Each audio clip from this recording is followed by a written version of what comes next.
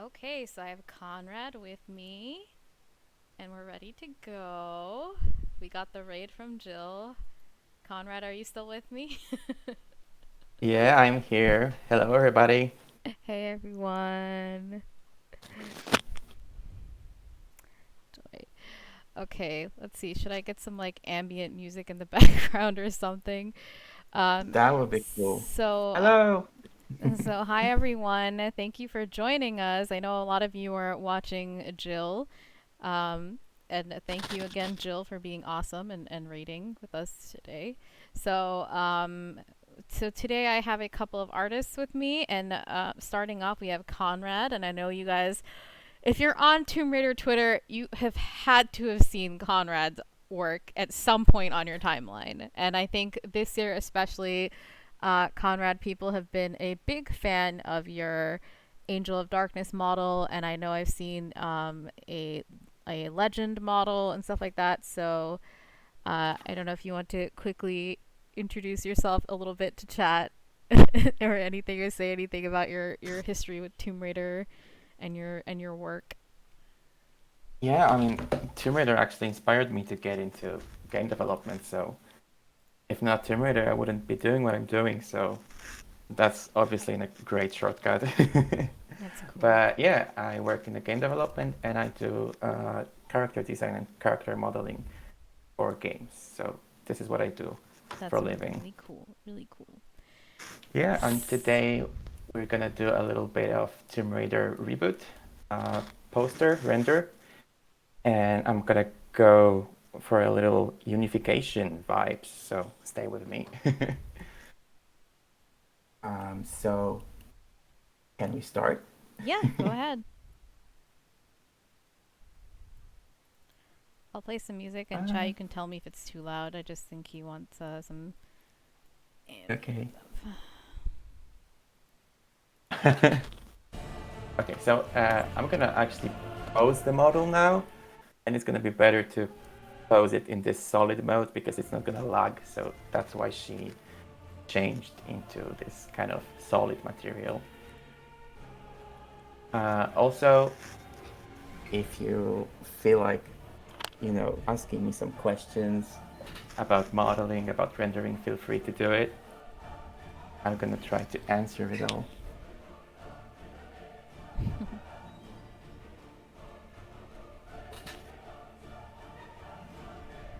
Okay, let me see.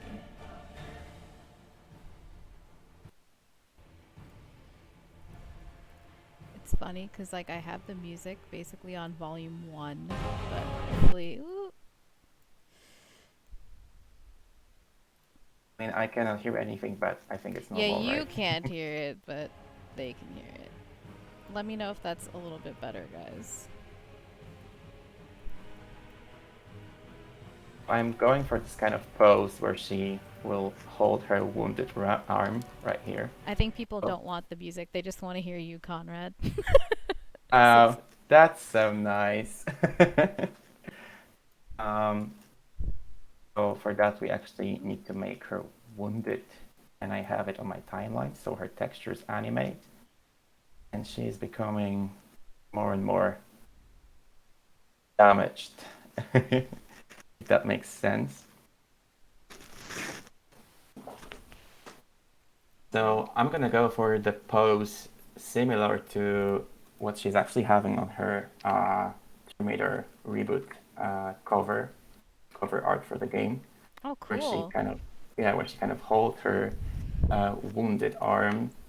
Um, Is she going to have like a her quiver down on one in one hand, like down below her legs, kind of thing? I don't know. I mean, I was actually going for this kind of innocent vibe that she's kind of like starting the adventure, and I want her to like stand in front of the camera, looking like directly into the camera, and I want it to be very like I don't want it to be just a simple render. I rather have it more artistic, if you know what I mean. Like Yep. it'll be very like posed. Um, so I'm not sure yet. I do have a quiver for her in case. I mean, actually, I don't know. That maybe the chat will tell us. Well, Uh, speaking of chat, so Susie was asking, Conrad, what's the most enjoyable part of your process and why? what's the most? Oh, she just lost her. Oh, okay. Uh, Wait a minute, because I can see the stream and it's lagging a little bit, but that's It okay. might be lagging for Uh, you, but I don't know if it's lagging for chat because nobody has said that it's lagging. oh, okay.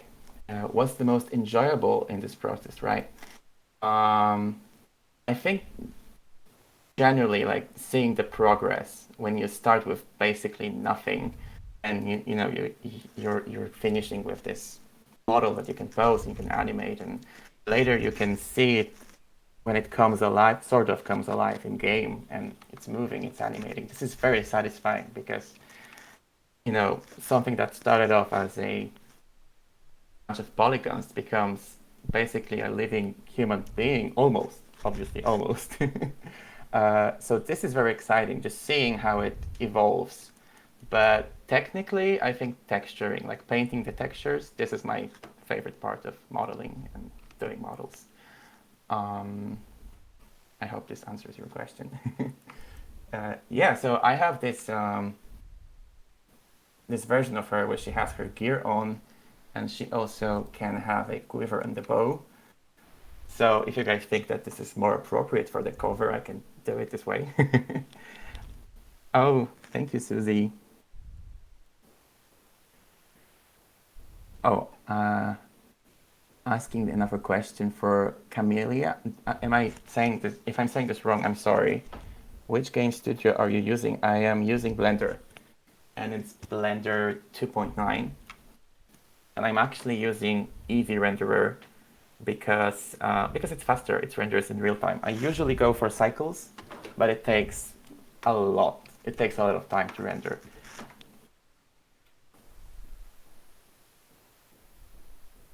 Also, is everything okay? Can everyone hear me? Yeah, I think Because I everyone know. can hear you. Oh, okay, that's cool. If um, anyone, yeah, they said yes. If anyone cannot hear Conrad, let me know. But yeah, they're all saying yes, so I think so.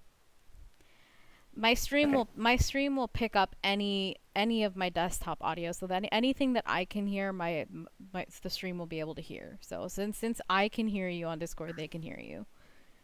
that's great. Yep, the magic of live streams. By the way, this is like literally my first time streaming and doing something like that. So this is very exciting for me. To be able to show you guys what I'm doing. Also, if there is someone who is a aspiring 3D modeler and is just beginning his adventure with modeling, I gotta say, because I have this finished model and I am posing it and it looks pretty easy, but I want you to know that this is a long process, and you cannot just come here and see this and think to yourself, oh, he has done it so quickly. No, this takes time. So it's okay to take time to learn, to watch tutorials, to not know things. And this is a very long process, and I encourage everybody to just ask questions. Do not be afraid to ask somebody more experienced questions. I'm always free to, I mean, I'm not always free, but I am always willing to help. So you guys can count on me. That's very sweet of you. Oh, I try. I try to be a good person. I want her to be kind of uncomfortable holding her wound.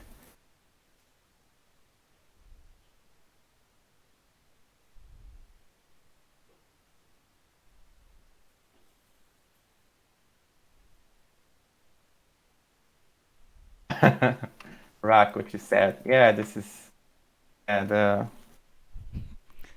cruel, and it takes a lot of like patience and It seems passion. that's the consensus about most hobbies, or at least hobbies that people tend to be really passionate about. It's like once you're really into something, you're really into it, and then that's it. It becomes your Yeah, whole life.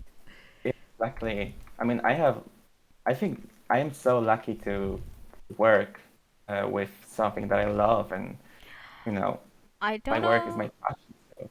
I don't know if you Yeah, answered this question, but somebody asked, did you do the whole rigging by yourself? Or I don't know if they're speaking to somebody else about that, or if yeah, I it's think they're talking to me. Yeah, I did the whole model by myself, and I did the whole rigging too. from I from mean, start to finish. How long does it usually take you to do a model? I mean, if you would like shorten the process to, just doing it, because obviously I'm doing it after work. So like this model here with all of her versions, I think she had like five stages of her outfit damaging. So it took me like 6 months to complete all of them. But also, if you were to compress this whole time, I think it would be like, I don't know, 2 months maybe, or working day, like all of those models. So yeah, I actually enjoy rigging a lot because I see those comments from people saying that rigging is so bad, and I mean I do feel you because it is kind of it requires a lot of patience. But once you master it, it's really satisfying.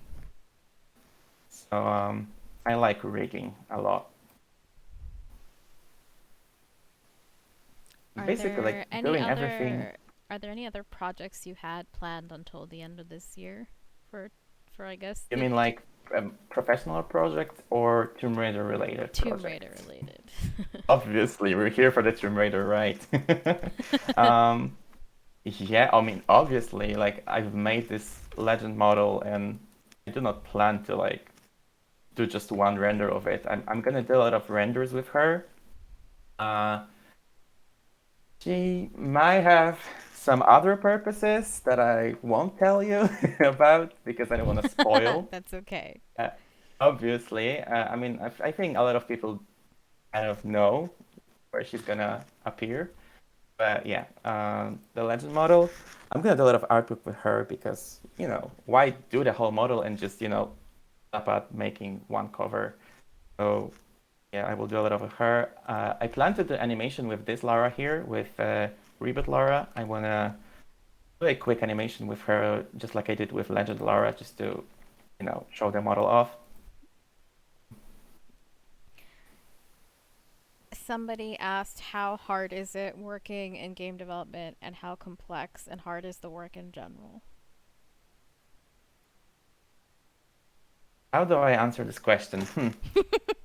I would say it's not hard at all because I really enjoy it. This is like my passion, and this is what I want to do. One downside to it is that I completely stopped playing video games after I know how it's made. I mean, obviously I do play Tomb Raider, but this is pretty much the only series that I play now because of my love to Tomb Raider, right? But other than that, yeah, it's just you see this every day. You know how it's made. It's almost like not as rewarding and exciting to play when you know how it's made and when you see it every day. So that's a downside. But it's not like that for everyone. Like my colleagues at work actually are gamers, so it's not like that for everyone. So beside that, yeah, when you are having like a huge deadline, but I think it's at every work, right? When you have like huge deadline and oh God, this is not a pleasure anymore, especially when you consider yourself an artist, and obviously art takes time, right? And sometimes you don't really feel inspired to do something, and you have to kind of force yourself to do it, and it's not it, right? It's just I'm sure that anybody who is in the art industry like understands what I'm talking about. But yeah, I think those are the only downfalls to being in game dev. Makes sense. I've heard a lot of game developers say kind of the same thing is like, it's funny because once you work in gaming, somehow you have less time for gaming. Yeah, This is usually how it exactly. goes. Exactly. I know Yeah. I know exactly how that is because it's like that for me sometimes too. When things are really busy at work, that you just have those days sometimes where like you're so tired after work, you just kind of want to just do nothing. And it's some, a lot of times I like to wind down playing a game that I really like, and then there are just some days where I'm just too exhausted after work and I just want to do nothing. So, I know, right? And then you do nothing, and you're like, oh, maybe I would do something, and then like, nah. but at the same time, I think I'm kind of the opposite of you. So, I mean, I say that, but at the same time, like I I would say I play a lot. I only really stop playing a ton when I'm like absolutely crazy busy at work. But otherwise, I would say it kind of had the opposite effect for me than what you said, because you said like once you started working, you said you don't play games anymore except maybe Tomb Raider. I feel like if anything, I've ever since I started working in game development, I feel like I developed more of an appreciation for games in general, and I used to be someone that would only play like one thing or like one or two things. And I think after working now in the industry for like 10 years, 10 plus years, I have like way more of an appreciation for developers and like all the work that they put into it, that like I'm more likely to try other games and stuff like that because I just like, I don't know. Oh yeah, yeah, I understand what you're talking about because before I got into game development, it was kind of very easy to judge uh, the game, and obviously, like there is no such thing as perfect game. And now, when I see some comments about people not being happy with something, and I just know how hard it was to implement the game. So it's just yeah, it definitely made me more appreciate. I mean, I appreciate the effort way more than I did before. This is so true what you just said.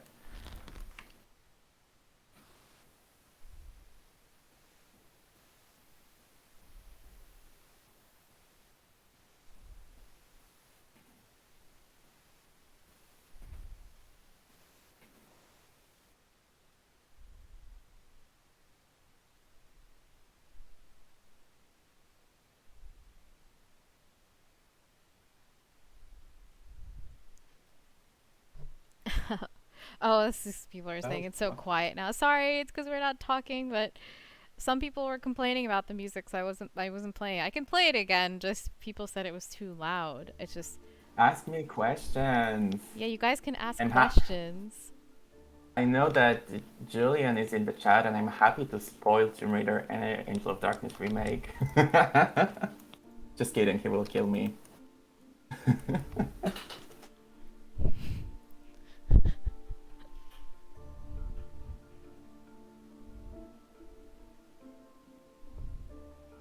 And Norse chick TR lo-fi beats. That sounds sick. I would take that. Oh, we just passed 29,000. Yay. Hey, Oh, thank you for the donation, Andy. thank you. Thank you for bringing that up. So obviously, we are here for two reasons. We always love highlighting the talent and amazing community members behind Tomb Raider. But we're also here for Extra Life. And if any of you are not familiar with Extra Life, they are a super cool organization based in North America. And every year, people raise money for children's hospitals across the country. And so Crystal Dynamics has partnered with a couple of children's hospitals that are near our headquarters in Northern California. So UCSF, Benioff's Children's Hospitals, and there's one in San Francisco and one in Oakland. So they're very close to us, and they're really, really awesome. And so we are raising money to go towards them. And so if you are able to donate, we do have a team page that you can go to. And I will drop the link in chat. Oh, wait. Oh, wait.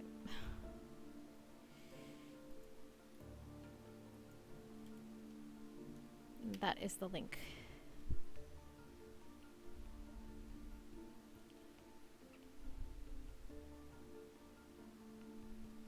You meant so this is someone I think to you, Conrad. They said you've mentioned it is going to be representing your take on the unified Lara. Are you going to edit the mesh after posting her, or there is going to be another mesh after you do the cover of TR 2013? Oh, this is a good question because I kind of want to like foreshadow it a little bit. I don't want it to be like strictly unified. So it will be mainly like just reboot Lara, but I don't know if I want to spoil. Okay, I will spoil. Give me a second. Obviously, I have like those layers here. I have like different outfits for her. We have this outfit. Wait a minute. And she is gonna appear somewhere in the cover. I'm not gonna tell you where yet, but Whoa! yeah, there are some bugs on her neck, but don't worry about it. I will fix it later. So yeah, this is basically like like reboot Lara in the classic attire. But that's later. Let's go back to reboot Lara. And it will be like very subtle. I don't want it to be like in your face. I want it to be like it's still Tomb Raider reboot, but it's somehow reflected on the future of Lara. So. It's his to spoil, right? So it's okay. We accept the spoilers. It's fine. Oh, thank um, you, Master. I do see the chat, but I yes, am like, someone else. It's okay. I'll relay some stuff to you from chat. yeah, that's cool. Camellia Because, asked a question. She asked, okay, do you sketch out your render ideas before starting to pose the model?" usually, no, I don't. And today I did it, and I am kind of silly because I forgot to screenshot it. But I did a, actually, I did a real life pencil drawing because I kind of prefer to do sketches with pencil because I feel more comfortable. And I basically it looked something like that. And I just wanted to have like a vision because of this stream. Usually I just, you know, go very, how do you say it? YOLO. YOLO, yeah, just go in and, yeah, exactly. Like I don't know if you guys remember the Tomb Raider Legend cover that I did recently. Yeah, it was here a minute ago. A minute, yeah. So I had so many poses for her. Like I didn't know what I was doing, and then I settled for the final one. So yeah, most of the time I just play with poses and see what works best. I missed a similar question, but Martin asked, her skin textures look incredible. Do you paint them by hand, and which program do you use to create the textures? Substance Painter, maybe? Okay, that's a great question. Wait, because I lost the camera and I'm looking for it. I do paint textures of the skin uh, by hand. I do it by hand in Blender, and I kind of sculpt, like I do a real like a sculpt, and I sculpt the details on a very high poly model, and then I bake those details into the textures. Like it's a complicated process, so it's hard to explain without showing it, and I cannot really show it because it will like mess up my scene. But yeah, I do it by hand when it comes to skin textures. When it comes to her clothes and her gear, um, I do use Substance Painter and Blender combined, but mostly Substance Painter. This is such a great program. Both of them are. And you can probably already see that I cannot focus on more things than one at a time. So bear with me.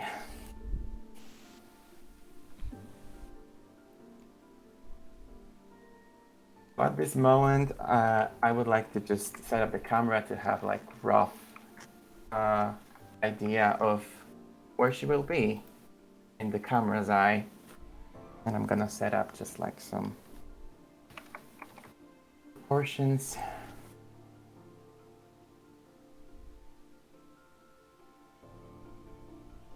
Oh no, that's not.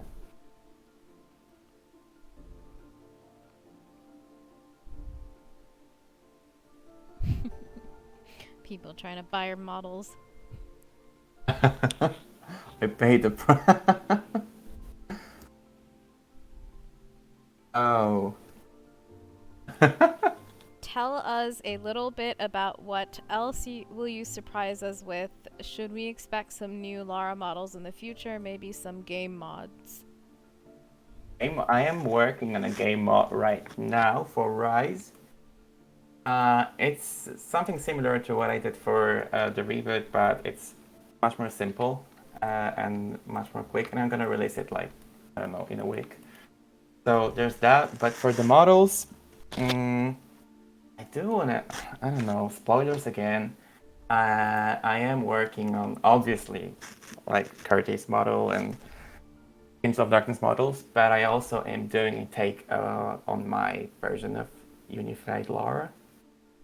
And it's gonna be something totally new because like this is my vision for Lara. I want to see something totally new, and I just want to make a model to express that. It will take some time, but yeah, this is my vision for future, and it will be something different. I'm not basing it on any Lara really. It's just like my vision. So hopefully you will like it. I think people love it. This is so nice.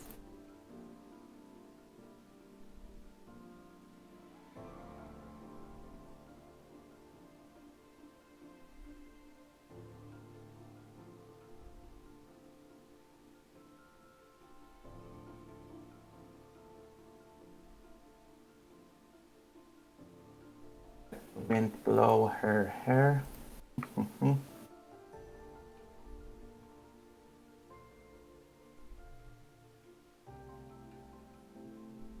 Underworld Lara. You would like to see Tomb Raider Underworld Lara. I love her. I really do. It's nice time to do all of those models, you know. It's a lot of work. And also this one, I think I should. I was inspired by Visual Works when they did the model for the trailer, so I really wanted to make her look like she did in the trailers. It was my inspiration for that. JB asking a troll question, but he asked Conrad, are you open to doing collabs with other artists? No. I mean, yeah. Obviously, like I wanted to do a collab with you, but you didn't want to do a collab with me, so sorry. Wow! Troll reversed. Yeah. He just pulled The a tea. Uno reverse card on you, JB.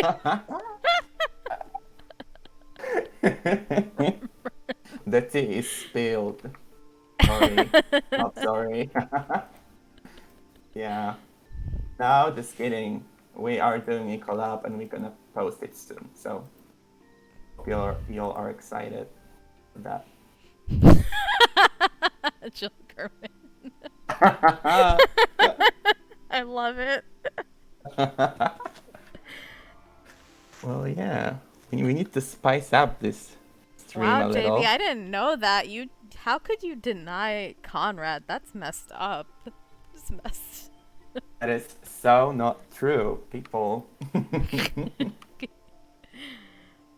Someone said I'm gonna try modding and modeling when I have free time. What would you give me as advice, Conrad? It's probably broad question, but It do is, you mean as but like starting out or like what?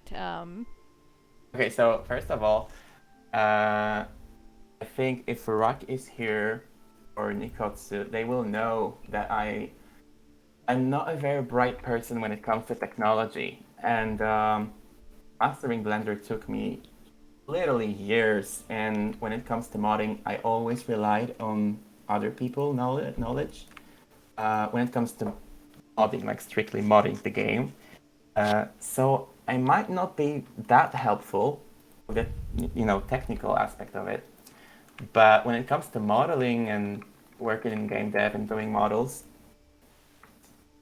my advice to you would be start simple.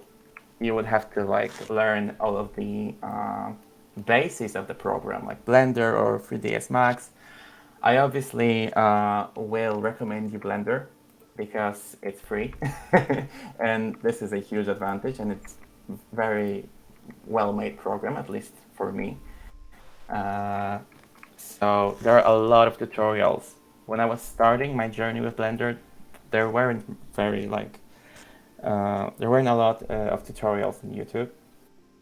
But now you just have everything handled to you, and you just have to type the phrase, and you will get it. So start simple, be patient.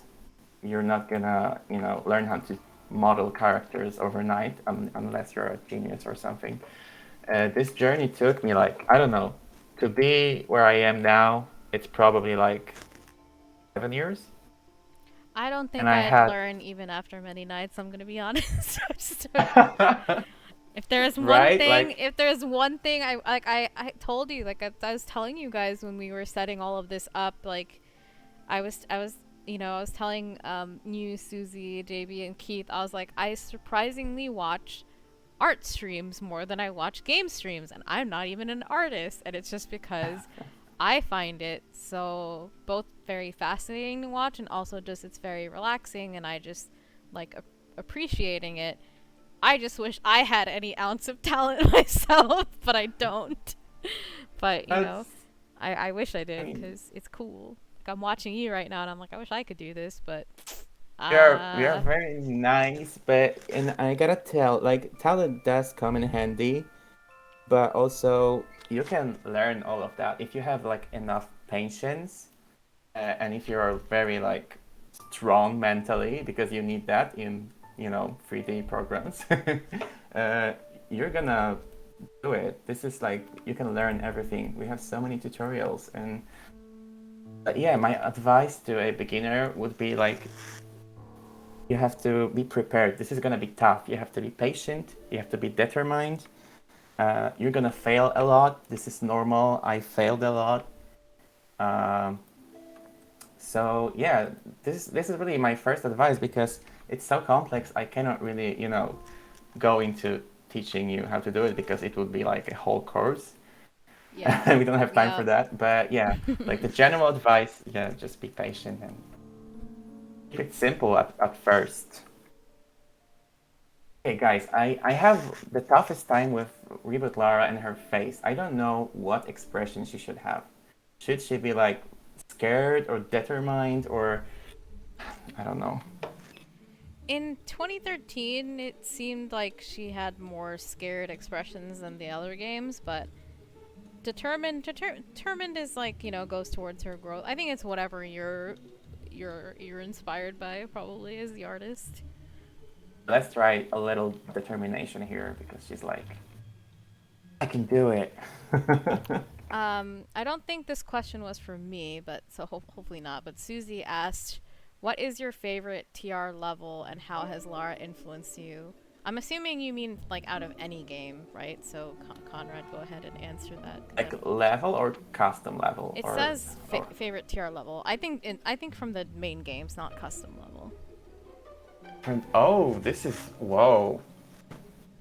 I did not expected this question. I expected, some kind of questions like, "What's your favorite game?" But level, um, can we Maybe go yes. like for each game?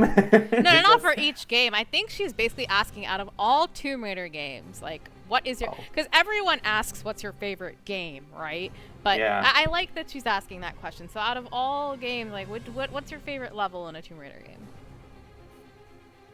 what is my favorite level? I would say my favorite level will be um I think it'll be Ghana from Tomb Raider Legend. Oh, interesting. Nice. It's definitely Yeah. pretty. Yeah, I mean, like, I know that this is a simple game and it's short and stuff like that. So I am taking this like strictly for nostalgic reasons. Because it was my first. I mean, it wasn't my first Tomb Raider, but it was the first Tomb Raider that I was like old enough to understand what's going on, and it was also the time where I became very aware what Lara means to me. Uh, and Tomb Raider Legend in general will always be very nostalgic for me, and I really like the atmosphere and the general vibe that Ghana gave me because it was modern Tomb Raider, but it was also paying homage to classic Tomb Raider, kind of jungle vibes and stuff like that. So yeah, it was my favorite. Nice. Good choice.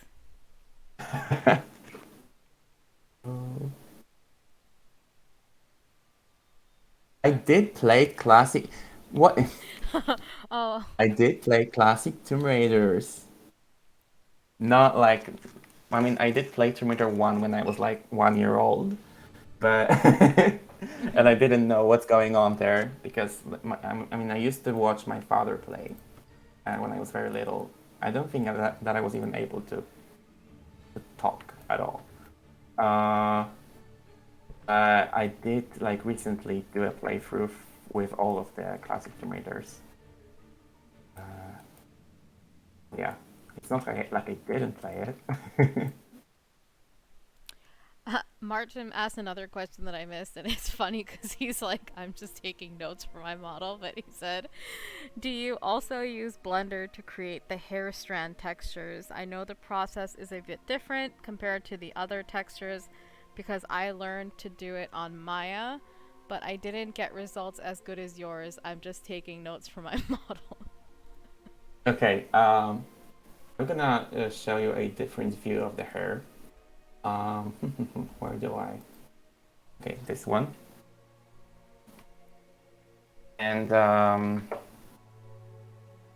as you can see, those are strands. Don't mind the topology. I know the topology is not right. But it was a model made for renders, so it doesn't have to be game ready. Yeah, and basically you have those on the textures, and I painted those textures by hand. I believe I made it like, I don't know, 20 years ago, and it was made with GIMP. Because as you can probably tell, I love using free programs. So I just, I did it by hand, and I just placed all of those cards onto it. So yeah, it was a lot of handmade work. It wasn't like I didn't use any generators, so it took a lot of time. But I think that the final effect is worth it. So I do encourage you to spend time, a lot of time with your models if you want it to be the way you want it to be, if that makes sense. Like uh, sometimes relying on generators and automatic stuff is good, but for things like hair and like finer details like eyelashes and eyes, I would say it's better to do it by hand, just to you know be sure that it's made exactly the way you want it to be. Also, I can, later on, I can just explain it to you more in detail when we have like more time. Because it's not that hard. It just requires a lot of patience. um, were you answering Rack's question? Because Rack had a question too. No. Rack asked Conrad, what's your method of weight painting hair meshes? Okay, that's a good question. My method for it is not using Blender 2.9. I use older version of Blender because I think weight painting is way easier there, and it's way better. And I just, how do I show it you here? In this newer blender, it's gonna be hard to show, but I hope that you see it. Uh, wait.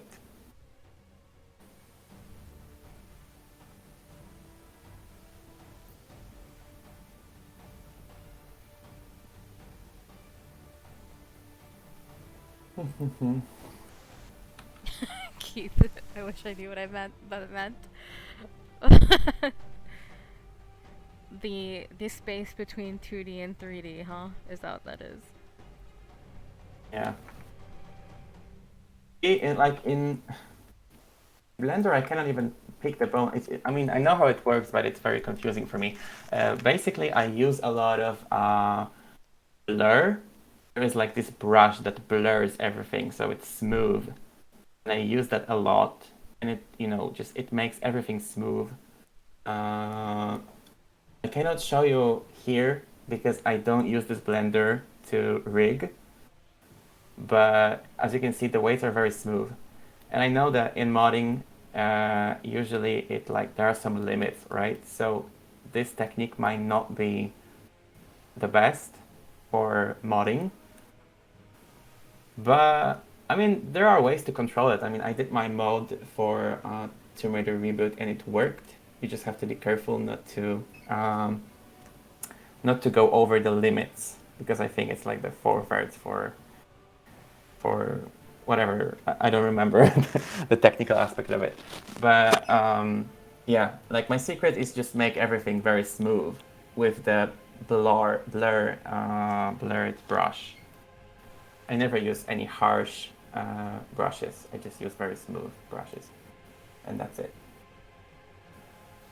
I don't know if it was helpful. I'm sorry.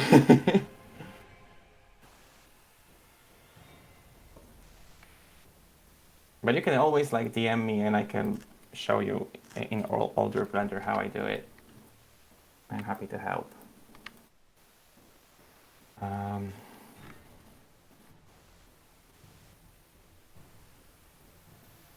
okay, her face says literally nothing, so I gotta like do something about it.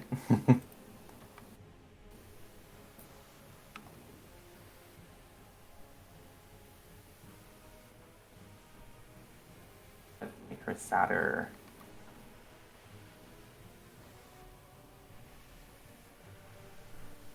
Let's see if there's any other questions. JB had asked, "Where's her eyebrow scar?" Conrad can't see it. It's here. It's very small. Look. Maybe he's not about the eyebrow scar aesthetic. Look, it's here. It's very small, but I it's here. cannot see it. See it. Oh no, so it just has a patchy eyebrow. I don't know. It's like it.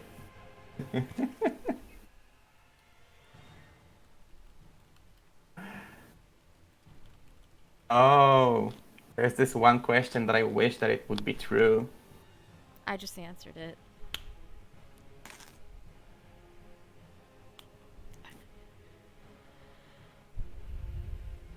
Oh. I mean, it is like my biggest dream probably to be able to work on a All right, model. Conrad, time to move to California. Yeah, so I guess like home office is not a thing, right? It kind of is, but I don't know. We don't really have anyone internationally anyway. We have like offices in 3 different locations in North America. So See, I mean, it's safe that way. I understand. but I can't speak to that because I'm just a community manager. I'm not I anyone's know. boss. So. I didn't expect anything. I was just kidding. I mean, but it is, it is like one can dream, right? It's my dream, and I think that working with Jillian on Angel of Darkness remake kind of fulfilled that dream a little bit because, you know, I do this thing every day. I do characters every day for living, but it kind of became normal for me. But seeing Lara, like my model, getting animated and being in game and in the environment of the game. It's just, I was just jumping and screaming of joy like a little girl. It's just, it was literally my dream come true. So yeah, thank you, Julian, for that. And I think this is the closest as I get for now to fulfilling this dream. Okay, I think the pose is kind of it's kind of done.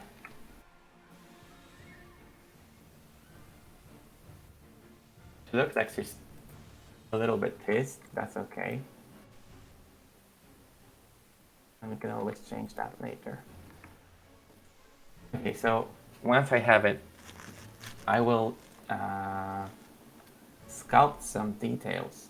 And once you do it, you kind of want to have a, like, you can do it as a morph or uh, or as a like temporal addition, but I want to actually edit the model and I won't be able to reverse it. So I just created this whole file that its purpose is to just, do this render.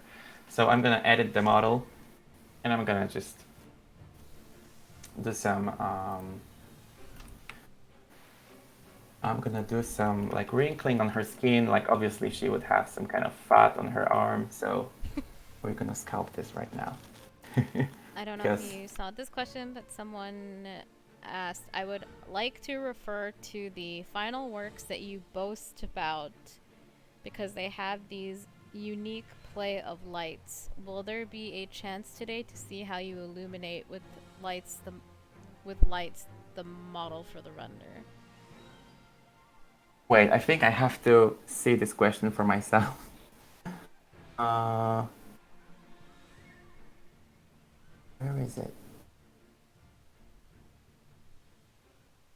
It's like six, 7 lines up.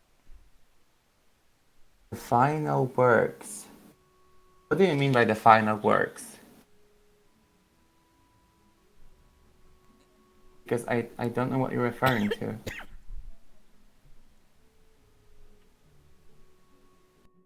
But I Sorry will about set that. up the lighting, so probably, yeah. I will set up the lighting just after I finish sculpting her. I'm gonna fix the pose because I can see something is off here.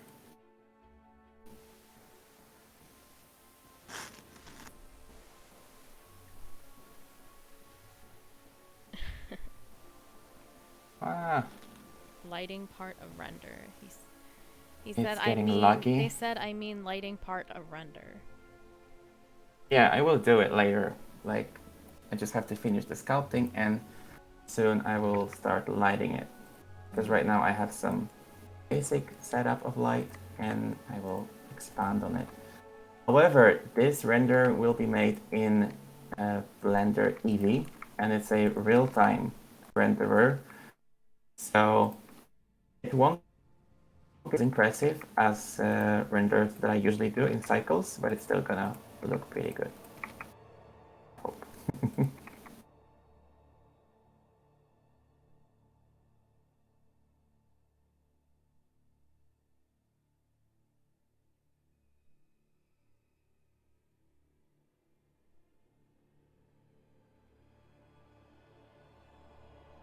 Adding a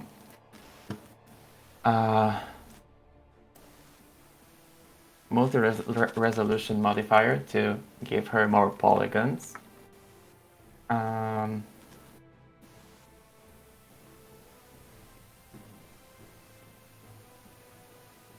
and it's gonna make sculpting way easier because I have more polygons to work with.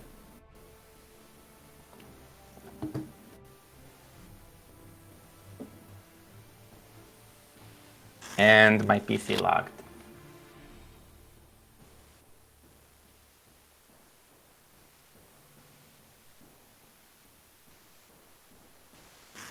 So we have to wait for it to.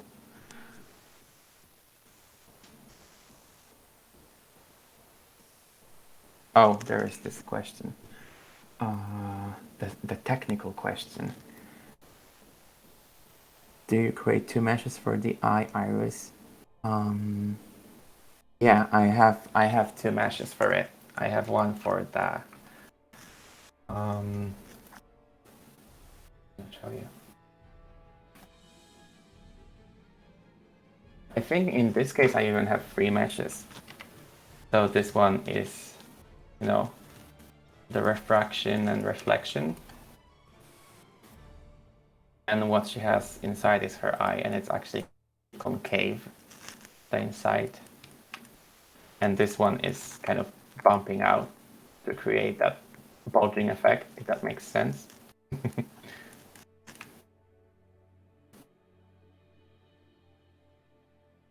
Also, I gotta save. And yeah, this is my advice to all of you. Do save a lot. Because when you're working with high poly meshes, they just tend to, you know, lag. Like this one.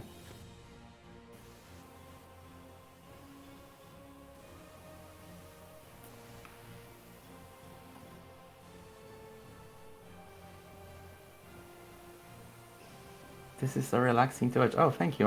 I'm glad. Yeah, the high poly meshes can be a pain in the ass. And as you can probably see, it's lagging a lot. Even though I have a very good computer, Is it yeah, they do lagging for lag a you? lot. I don't think anyone on the stream is saying it's lagging. It looks smooth for me, like from what I can see on a screen share. That's interesting.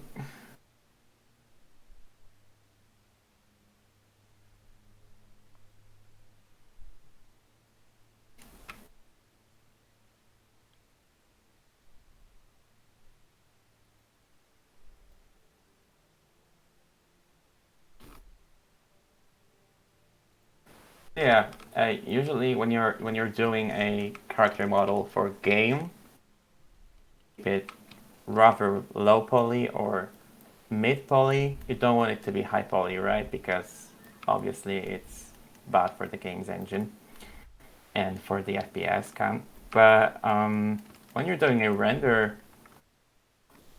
you basically don't care about the topology. It can be very dense. And I don't know why nothing is happening when I'm sculpting.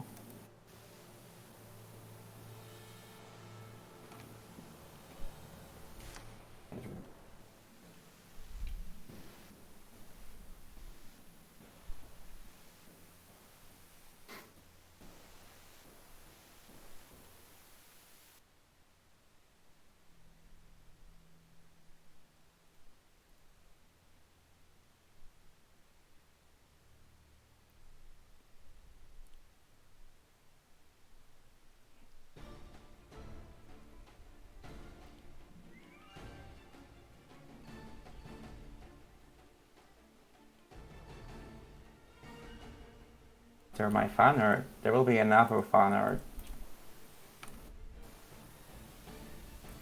Conrad, you should make more streams like this. I agree.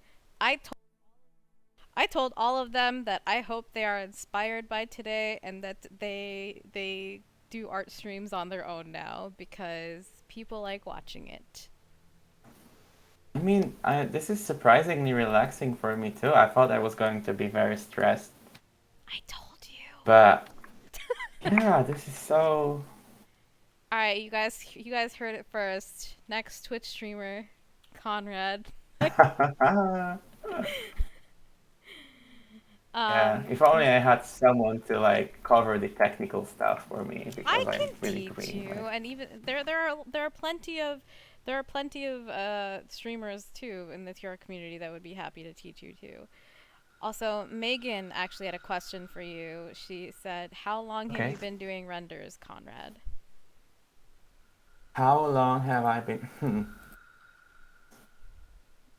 I think I'm doing renders for like 3 years now, or maybe 4. I don't know. The time runs so fast right now. Uh, I started with just doing mods, for games or for other people to render. Then I, started to develop interest in rendering, and yeah, I think it's 4 years of doing renders. But before I was also like interested, just I didn't know it's gonna end up in game dev. She said, Because I don't know if "What? this. I thought at least a decade." I agree with Megan. Oh, this is so nice. Thank you. I'm actually like what I was supposed to do, what I was educating myself to do was architecture. It's kind of, I mean, it's not similar, but it's also 3D, right? You use programs, and I was studying it, and like I finished it, and I even started doing some actual work in architecture, but I kind of, I don't know, it was lacking creativity for me. It was just so normal and so boring. And I mean, I don't want to offend anyone who is doing architecture, but it was just very, at least what I was doing, they required, to do some very simple project like bathrooms, and everyone wants the same bathroom, and everything is the same. And when you do it all the time, it just tends to get boring. So I turned to 3D because it was just my hobby, my passion, and then I turned to it, and I figured that whoa, this is actually a way for living, and yeah, that's how it started. And I don't even know why did I ended up here because nobody asked for it. Sorry.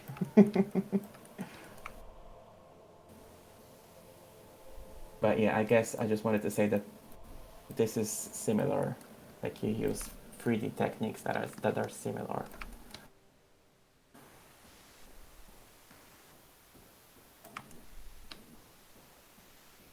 But with game dev, you can do everything you want in this 3D world, and this is what inspires me because you have no restrictions here aside of your time. You can just basically do everything you want.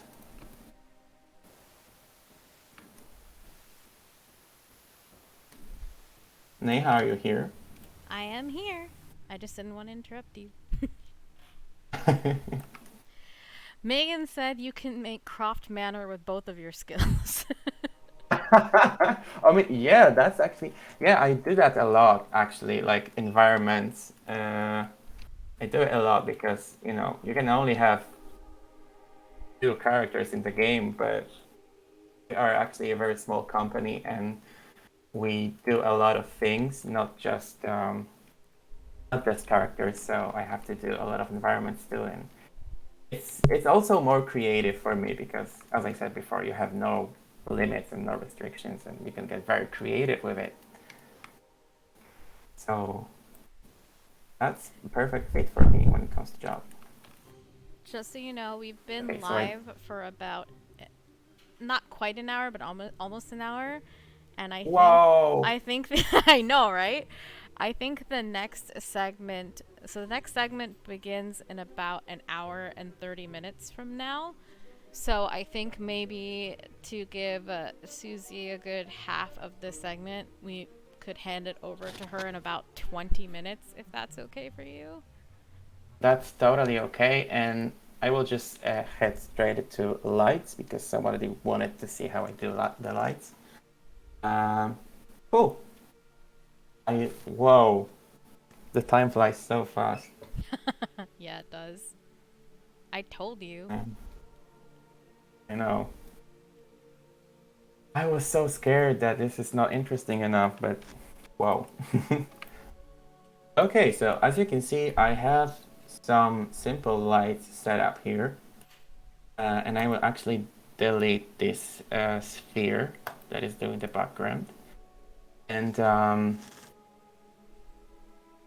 I am going to load some scenery. that I previously uh, loaded here. The scenery is not made by me. I downloaded it. It's a free model. I forgot the creator's name, and I'm going to credit it once I release the art. But yeah, it was not made by me. I just wanted to have something that looks similar to a cave. Um, yeah. Okay, so with the lights, I'm gonna delete those just so you see how it's made. Oh wow! So did you did you basically like with this back? Sorry, I'm like totally ignorant to all this, but did you make this like environment too? That you Oh supposed no, no, no? yeah, I Okay, just you just said, pulled it. yeah, Okay. I got it from the internet. So this one is not made by me. Uh, and I am going to credit the artist once I release this render later because I just forgot his name. I'm sorry. But yeah, those stones are a downloaded models that were for free. And I just wanted some, quick and nice scenery for her. And I kind of have this vision where she stands between those rocks and there's the sea behind her. Yeah, just something similar to the actual cover of the game. Uh, okay, so it's time for the lights. I do have a HDR loaded, so this is kind of the like skybox, and it kind of gives me, if you, this is like the zero strength, and it kind of gives me some kind of like very ambient light. It's working very fine on Cycles engine that I'm not using. On Eevee, however, it doesn't work this good, so I'm just using it as a, base, uh, just so the shadows are not completely black. Now I'm going to set up the first light, which is going to be probably Aria. Also, if my pronunciation of those lights are, or anything in general, is wrong, please just correct me or something, because I never ever in my life spoke those names out loud. I just wrote them like all my life Don't worry in about my it. mind. I have no idea what the pronunciation is. Okay, so I usually like to start with the light from the back, and it's gonna hit her from the back. Just because in most cases, I think this is like one of the most impressive lighting setups when the light hits the character from the behind. It's always gonna look epic. This is my secret basically. So I'm giving you tips, people. Like I use it almost 90% of the time, um, and I wanna like increase the power. So you can see like here on the edges of her body, uh, people call it like the rim light, just because the light is kind of creating the rim on her body. So it's gonna look very nice, and it's also kind of separating the character from the background. I'm just gonna play with the shadows real quick so everything looks better. In Cycles you don't have those options. In Eevee you really have to, uh, spend some time to make the light look good. That's why I usually don't use Eevee. Yeah. And you can set some kind of color. I will use a very faint blue color because I want the weather to be kind of foggy and dark and just not friendly. Oh yeah, and you can see that her hair is kind of lighting up from behind. If I use the stronger light, if I were to use sun, it will Oh, just go crazy. she looks like she's on the moon. Yeah. I mean, I don't think Lara has been to the moon, right? So maybe it's high time. Wonder how that would work. Yeah. I mean, she would find a way to make it work for sure. Scion J Okay, said he's Scion J said they're such a big fan of your work and it's so cool to see behind the scenes of your art. I this is agree. so nice. That is Thank you so exactly how much. I feel too. Big fan. This is so nice. I mean, I had this fear of showing you behind the scenes because, I was always afraid that I'm gonna look like I don't know what I'm doing. And yet you And look like the opposite. I mean, I still feel like I don't know, but yeah. Thank you. Everyone is like, when can I sign up for Conrad render classes? What? Oh, that's actually a good idea, isn't it? There you go. A way for living. Okay, so right now I'm gonna set the light from the front, obviously, because we want to set some light on her face. Obviously, it's too strong, but you know, my another tip for lighting is that you don't really want to be very logical with it. Like you don't want to be like, oh, so the light is coming from behind and just from behind because she's in the cave. No, like you don't care if about the parts that are not in the camera. So you can set up the light like in front of her and just be like, okay, so the viewer will, you know, is smart enough to think there is some sort of light in front of her, and unless it's like very obvious that it's not in the right place, it's gonna work. So you have to be very creative with it. We can use some colors. Please don't be afraid of shadows because I know a lot of people are afraid of adding a shadow to a face. But I actually think that it makes everything look more dynamic. So I do encourage you to play with the shadows, the lights. Don't be afraid of the colors. I think it looks better from this angle actually.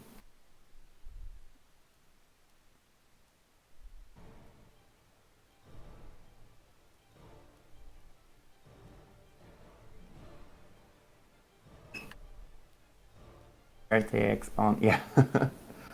I do have it. I do have RTX. But it's not that, like, it doesn't make that much of a difference, to be honest. Maybe it does in gaming, but not for the programs. Because they are very heavy on your graphics card anyways. And I doubt it's gonna change anytime soon. Even the Eevee renderer, it is supposed to be real time. It also requires some time to render, so as I said, you gotta be patient. Okay, so this is like very simple light setup. I just have 2 points. I think I'm going to add another one, and it's going to be very small, and it's going to be right in front of her face. Do I have the size of it? Oh, I have this one. And I add this light just so she has some kind of reflection in her eyes. It's kind of like emulating the reflection in her eyes. I don't know if you can see, but Oh my god, her reflection is face looks moving. so good. Thank you. I've spent years studying her face, so I think it paid off. I used to have a unhealthy obsession with this visual works CGI Lara. I was always trying to achieve like the same effect, and after like years of studying her face, I think this is the closest that I get. I'm glad Well, that you it appreciate is it. stunning, so I think your Thank work you. paid off.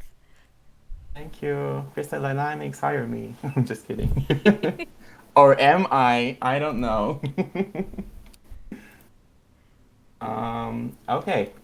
So I can see her hair is clipping, and we don't like that.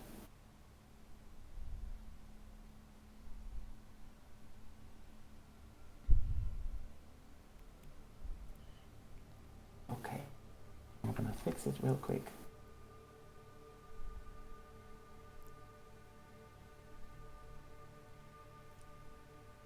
What do we have? Oh yeah, so we have about 9 minutes ish until we'll swap out with Susie. Okay. 8 minutes just as I said that. I did not expect it to go so fast. Fly For by the real. seat. But that just means that you have to do this again. I will. I think I I'm will. This is I'm gonna very. wait for it. I followed you on Twitter. I'm gonna wait for the hey guys, guess what? I created my own Twitch channel. Let's I actually did, like, but I am not using it yet. I think I have to, just educate myself how it works, and yeah, I think it's very Oh possible. yeah. Yeah, I'm not kicking Conrad out. I'm just saying that Susie would start streaming her art. Any of the awesome artists are welcome to be on Voice to talk to each other. I was just saying that we want to make sure that we spotlight equally their art too. So Yeah. that's all. I'm not gonna be like, all Okay, right, Conrad, get out of here. your time is up. Okay, so what you see me do here is I added this kind of plane, and I want it to be water. So maybe you figured it out, but it's gonna reflect in the water, and her reflection will be the classic Lara. So this was my like original idea to have her this kind of foreshadowing of the unified timeline and stuff like that. So here she will like reflect in the water as classic Lara. This is obviously gonna look like water soon. uh, we just have to give it a new material.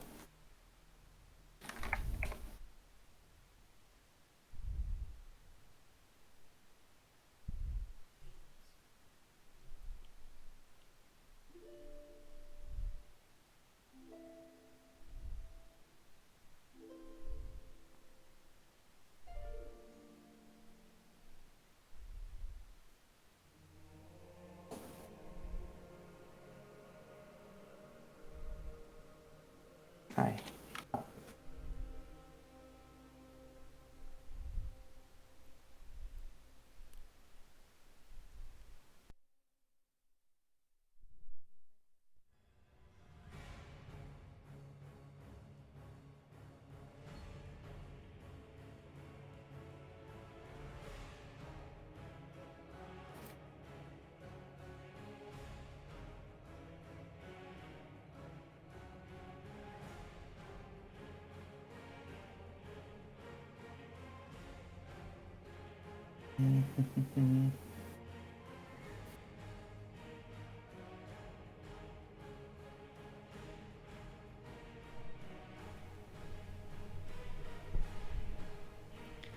But now it looks like she's like in water or something.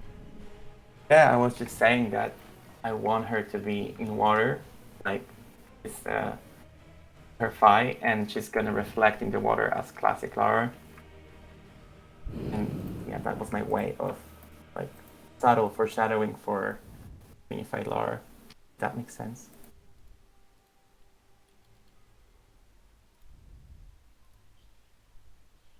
Okay, so now I'm working on it to look more like water, and it's going to look like it soon. Is there a new game coming? I don't know.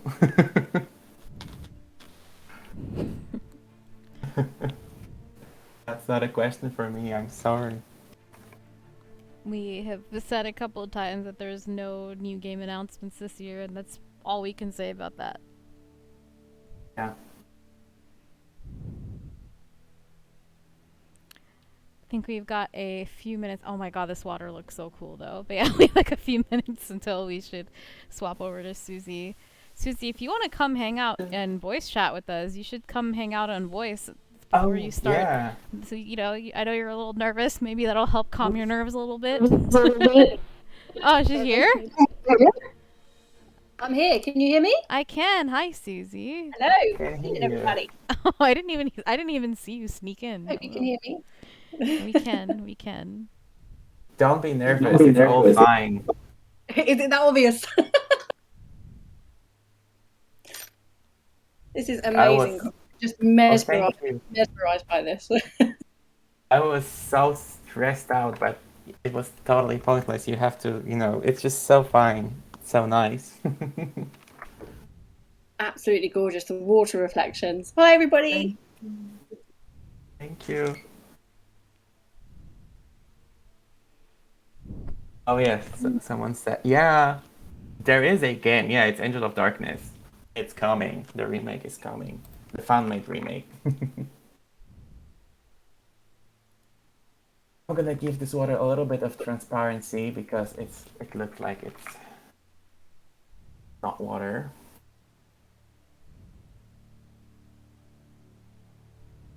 Oh, I can see Keith's just joined. Keith, hello. Hello. Yeah, we got a whole Hello. party. Or a group of artists at a party. That could turn messy.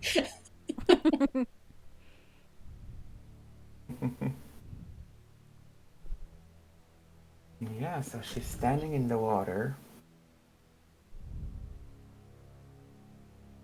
And I think that I'm just gonna show you the classic Lara, and we are getting closer to. I mean, my segment is almost finished. Yeah.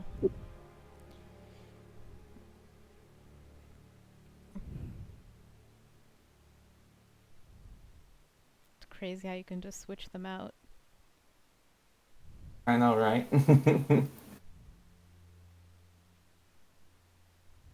Yeah, so you have this classic Lara, and she will reflect in the water later.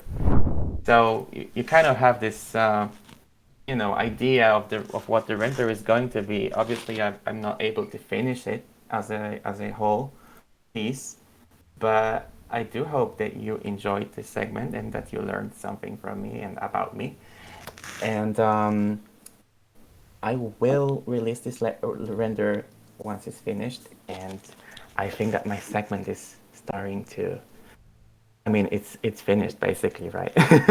Thank I you would so much, I would Conrad. love to thank you, Neha, for reaching out to me and giving me this opportunity because I am so happy, to be part of it. So thank you so much. Oh, thank you. I'm so glad you agreed to do this. Yeah, it was so fun. I have always secretly admired your renders every time they've popped up on my timeline, so it has been awesome to watch you working on one live. It's just I mean, look, seeing you like liking my stuff is great, but hearing this from you personally, it's making me so happy. You don't even know. Aw. Yeah, this is so nice. Cool. Thank you so much again. I'm just gonna pop this like intermission screen just real quick. We're still here. I just want while we switch from Conrad sharing his screen to Susie sharing, I will put back that scene once she is good to go. Okay, Thank you so much, thank Conrad. you. Obviously, you're welcome Bye. to hang out as long as you want while Susie's I drawing, but will. I yeah. will. I want to see what Susie's up to. All right, I'm And going to. thank everyone for your comments. And I'm sorry that I wasn't able to answer everything. I just cannot keep up with all those comments. But Hey, thank you. Oh, not so secret. Thank you. thanks so much.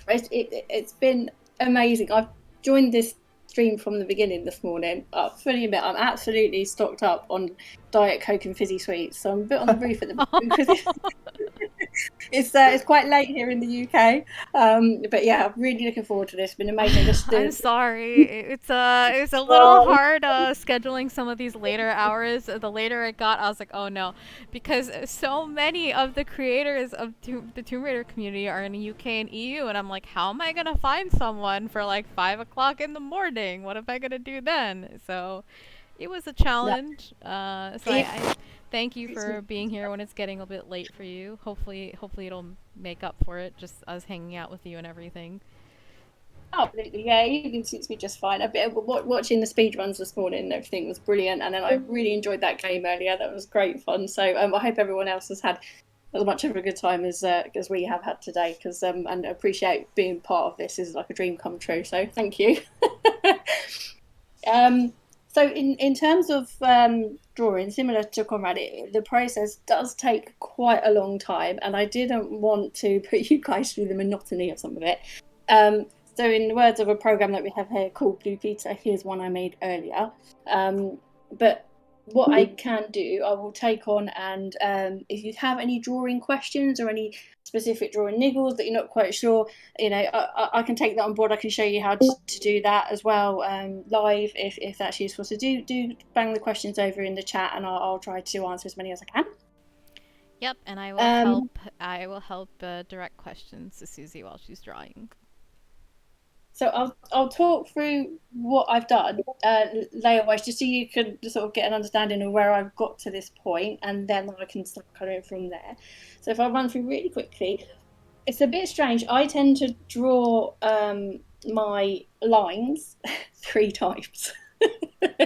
So I will have a very rough skeleton. I've got the live feed with me, so hopefully I'm just checking it as you guys go. Okay, yeah. So I've got the rough layouts with me. Then I will go over them with a slightly more rough and ready, more filled out.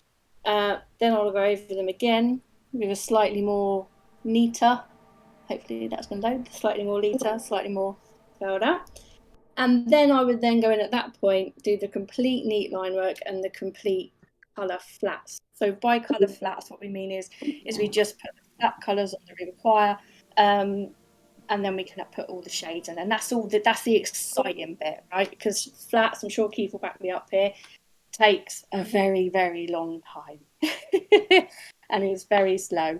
So I've done that bit in advance, so we can do the fun part now. Okay, so this is going to be. Sorry, just checking. Can you guys hear me? I can hear you now. Yeah, can you hear me? Yes, we can hear you. I'm super excited for this because I never understand how people draw digitally, so I can draw anything. So I'm really excited to watch this. Well, I do prefer digital, I must say. I've got sort of a degree in art and design, and I do like the more traditional mediums as well, like oil paints and things like that.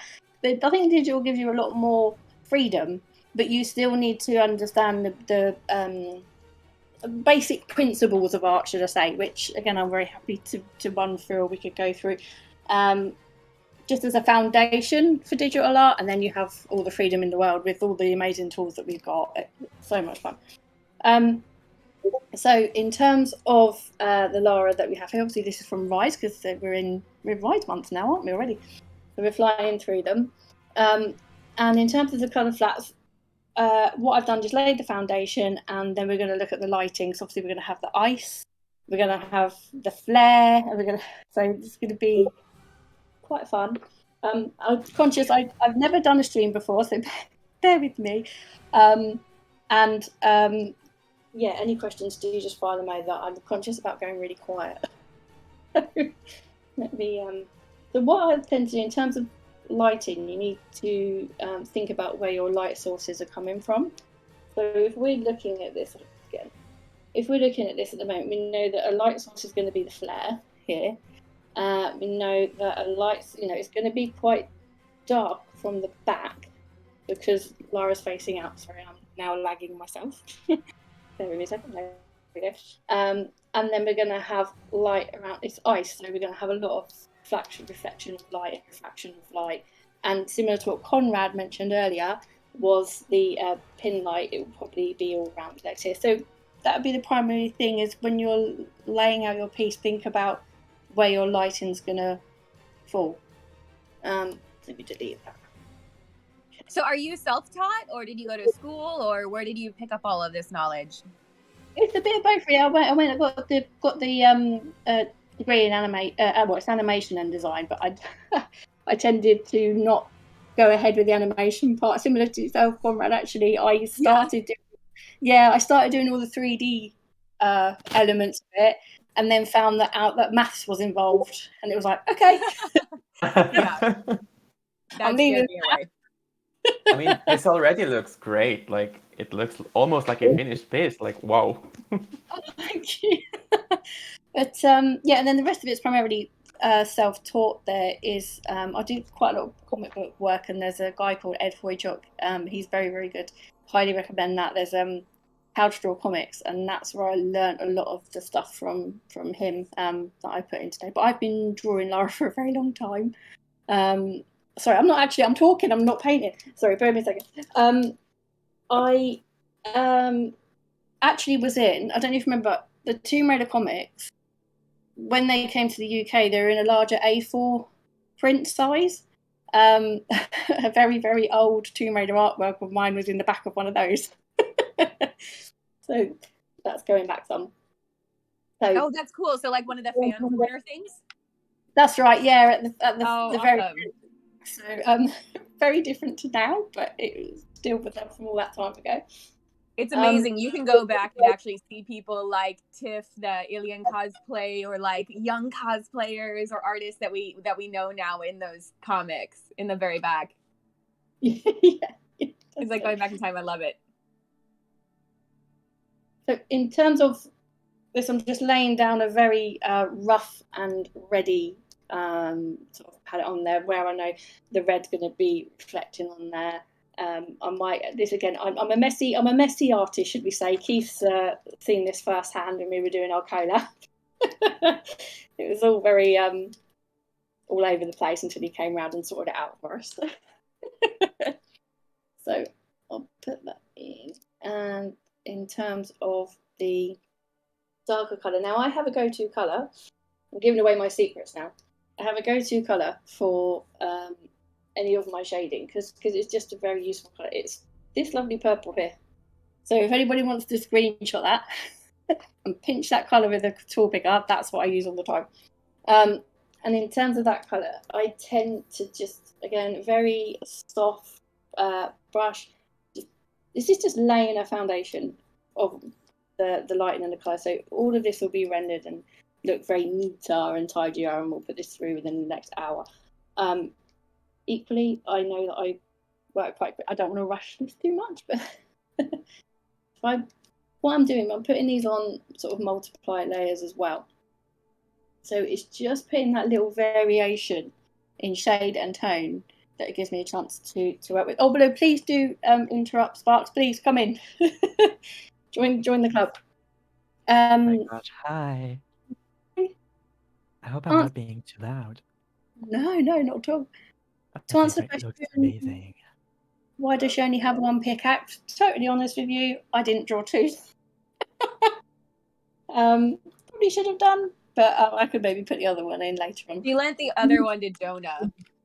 Yeah, that's what it was. Yeah, when she fell. He forgot to bring one, so. So again, it's just very basic foundation. So this is where we go in and gets a bit more fun. You get a bit more. Let's zoom in onto Lara's face here. Again, it's the same colour. And I go in with more of a square tip brush. And it's just thinking about where her things face are done. is... Oh, thank you. Super beautiful. It's so beautiful. I love how it's stylized. It almost looks like a, Pixar character. It's very pretty. Oh, thank you. Yeah, I feel like it's kind of a mix between Disney and like Michael Turner. Like it's got a very unique feeling to it. That's very I know, unique. right? You've just made my day. He's just about to say he has my absolute influence, big time. Yeah. My absolute influence, and Andy Park as well. Smiling like a Cheshire cat now. So again, I don't do anything fancy at this point. I'm just going in and putting where I think the darker shadows would be. And at the moment, it is this purple sort of colour. It's my go-to colour again. But then this is the joy of digital, because we can go in and change that capacity to multiply, that layer to multiply, and drop the opacity of that down. And you see it gives you that lovely sort of multiply colour there. It's magic. It is, isn't it? It's just the joy of digital. And that's the thing with digital. You can go in and you can change it up and muck around with it. And whereas if you were doing this with a more traditional medium, it's a little bit. You have to think about it a little bit more. So, I'd have to think about if I was drawing this, I'd draw it out and then I'd lay out where the highlights would be. I'd lay out where the darks would be, and I'd have to mix that particular tone in my colour palette and put it in, so that's where it goes slightly bit more complex, but you can still achieve the same result even with that. So, and at the moment, I said about rim light and everything, I'm not putting that in at the moment. I'm just blocking in where I think basic shades would be. And obviously, we've said that we have a light source here from, I'm just conscious this is lagging, sorry. We have a light source here from Lara's hand there. So I just need to think about where that comes into play. But I never really have a plan as such. I just tend to go for it, see what looks nice, see what needs changing. I'm pretty sure I know the answer to this, but someone asked, "Are you using a mouse or a pen for this?" Yeah, it's a pen, so it's a Wacom pen, yeah, and a Wacom tablet. Drawing with a mouse, if you can do it, it's an absolute credit. That is, it's very difficult to draw with a mouse. It is, yeah. The only tip I would say. So can you explain to me, like, I'm 5. So you're working on different layers right now. So I use Photoshop a lot. I went to school for graphic design, but never learned illustration. So you're using different layers and brushes that just, you said, do the opacity on top of the layers that you're painting on top, the shadows on top of the art you already did. That's right. Yeah, that's correct. So okay. everything is on. So to give you an idea of how many layers we've got in here at the moment, if I take some of these, off. So bearing in mind we're not even at finishing stages yet. I am set in my ways. I'm a very old school style of doing things, so I'm sure there's probably quicker ways of doing this. But one thing I tend to do, so after I've done my, let me take the roughs out. Let me put the neats. So they're the neats. There's the neat lines. Let me take those away. I will go in and grayscale everything. So that's basically giving a variety of different greys to each section, and this comes into play a bit later on with the colour, for example. So one of the things they do it in the industry, I believe, from what I've learned. But basically, what to do if the overall colour scheme for this is example, we know it's cold tones, it's blue. We have got some sort of warm tones in Lara's jacket, etc. But to make Lara stand out from it, this is going to seem very strange, but towards the end, we will actually use that grey colour. Actually, let me show you now. Rather than doing it in the end, I can show you now. If I've got this grey colour here, I will probably take a warmer colour. This is going to sound really crazy, but take a warmer colour. Fill Lara in with that warmer colour completely. I probably won't use orange. We'll play around with it at the end. And what will happen is when you put that in with the rest of it, let me bring it all back. You need Lara to stand out, and what it creates a sense of depth. So with all the different colours that we have here, all the different grayscales that we have, all of them would be assigned a different colour, and it would create a bit more depth. So if I pull that colour over the Lara flats there, so she's like this really crazy orange right now. But I play around with all the different layer settings you can have. Again, drop the opacity down and have a look through. So even though we're putting a warm colour on there, so I tend to use different things, it will separate Lara from the background so she has more punch. Yeah, totally. That's super cool. So just a little hand tip there, and then the thing is, I might even put like a bright green in the background or a bright, and then at the end, what you would do is your overall picture, everything over the top, for example. I'm jumping the gun a little bit here, but we'll go through it at the end. But we might get. I'm not a fan of green. But I'll do it as an example. We'll put a green over the whole picture, and again, change the different layer settings, bring the opacity down a bit, and that unifies your entire colour profile. So even though you've got those different things in there, it will unify the palette, but Lara will still be being pushed forward for beyond. Does that make sense? She's being pushed that's super cool. Yeah, so that's a little hint there. For some reason, I didn't realize that you had control over so many of the layers during the entire process. So that's good because we can keep playing around with things and kind of figure out the palette you like, right? Absolutely, and you can change it as much as you like. Sometimes you'll do it, it'll be like bright. You put a bright pink on there, it doesn't quite work, but you can just drop it in, and that's where the grayscale comes in handy. Because if you had the flats, for example, and with all the variation in the flats in Lara's jacket and things like that, well, for me, I don't know the tools that well, but you'd be selecting it, and it would all get a bit. But when you take that out of the equation and you've only got the greys underneath, even if I take out that, you're just selecting the greys. Mm-hmm. So it just makes the process quicker, really. Yeah, that's super cool. So I've just seen a question there. For the shades and highlights, is it better to tweak opacity or play with blend mode? A mixture of both, really. But you could drop opacities right down. So if we go to this green layer again, it's on a 27% multiply layer, so it's multiplying across the thing. But for me right now, that's currently not working. That's too green for me. So I could go through all the layers and think pin light are quite, that's way too much. And I can drop the opacity right down and say, that's maybe 5%, still not liking it. What's the exclusion look like?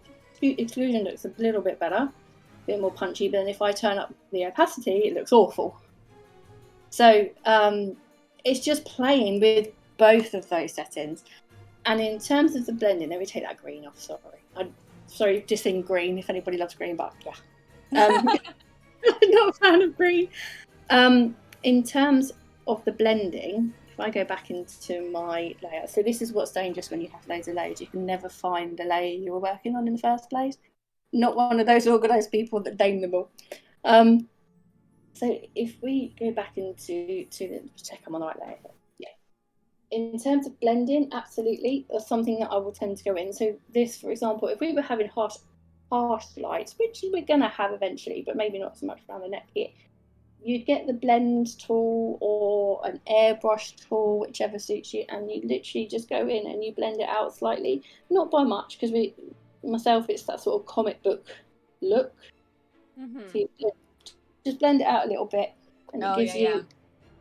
You don't have to do it everywhere. Depends the kind of look that you're going for. But when we look at this here, this is quite.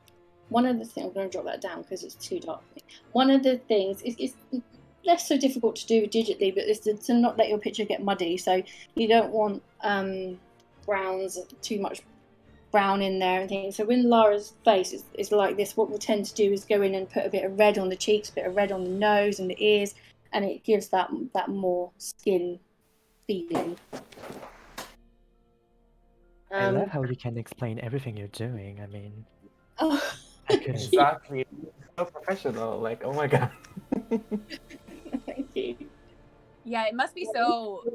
You have so much more freedom working on digital to go back and fix mistakes or to play around with things. So like at the end, if you wanted to, you could totally just do like a second version where Lara's like wearing red and green and has a Santa hat, like she's like an elf or something, right? Like you can completely change it up the colors afterwards. Yeah, absolutely. And that's so cool. One of the best things, you can put a layer. If I get to that point at the end, we can put a layer over the top, and you can change the hue, the saturation, and have a right play with the whole lot of it, and see what you might. Lara might end up blue, but it's always some good sort for of Star Trek alien color. yeah. But let me just go back.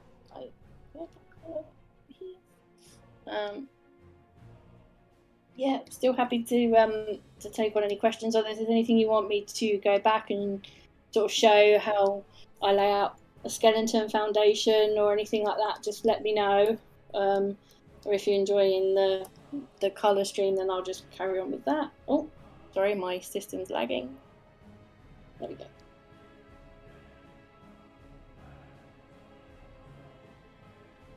We might go for it.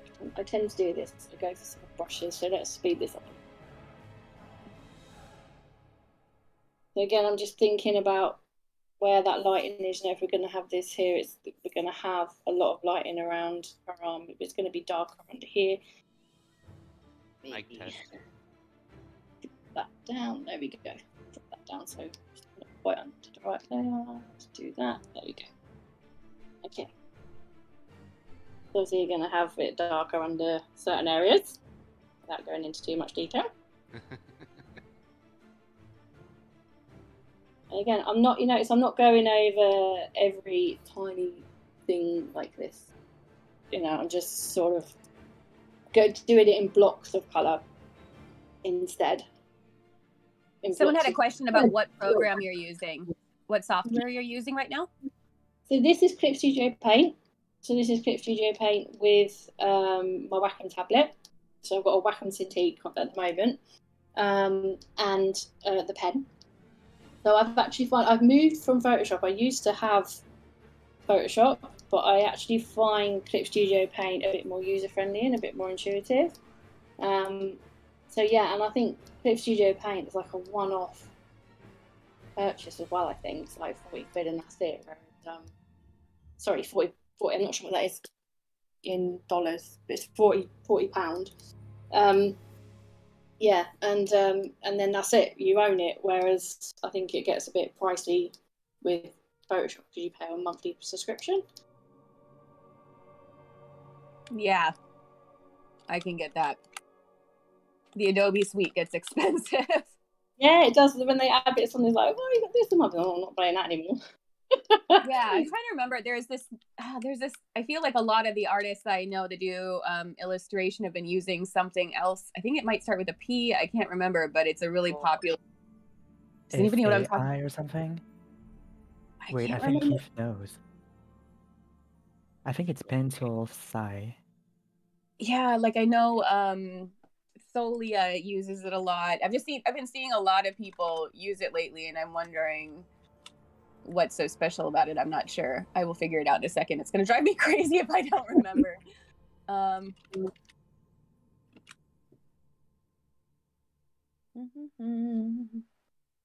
Don't mind me while I look. Okay. Susie, I have a weird question. Yeah, go for it. Is there a color that you hate to work with? As in, like, you cannot make it work in an artwork or whatever. Does that make sense? Like, for example, I don't like working with green. Yeah, same. Green. Green is a really difficult color.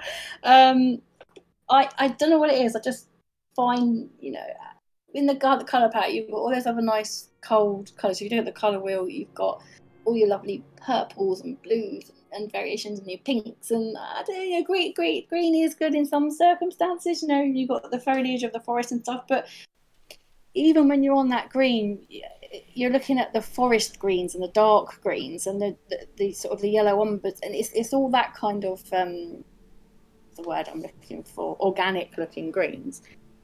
Whereas those very bright, vibrant greens is what I struggle to get into a piece of work. I don't know about you guys, but yeah, it's tricky for me. I know you answered like half of this question already, Susie, but someone asked, how long did it take you to develop your own style? Were you inspired by someone else, or were you looking for some references maybe? Yeah. So in terms of Michael Turner, Andy Park, very much the Tomb Raider comic books. I've got the anthologies and that here. I've got that from the get go.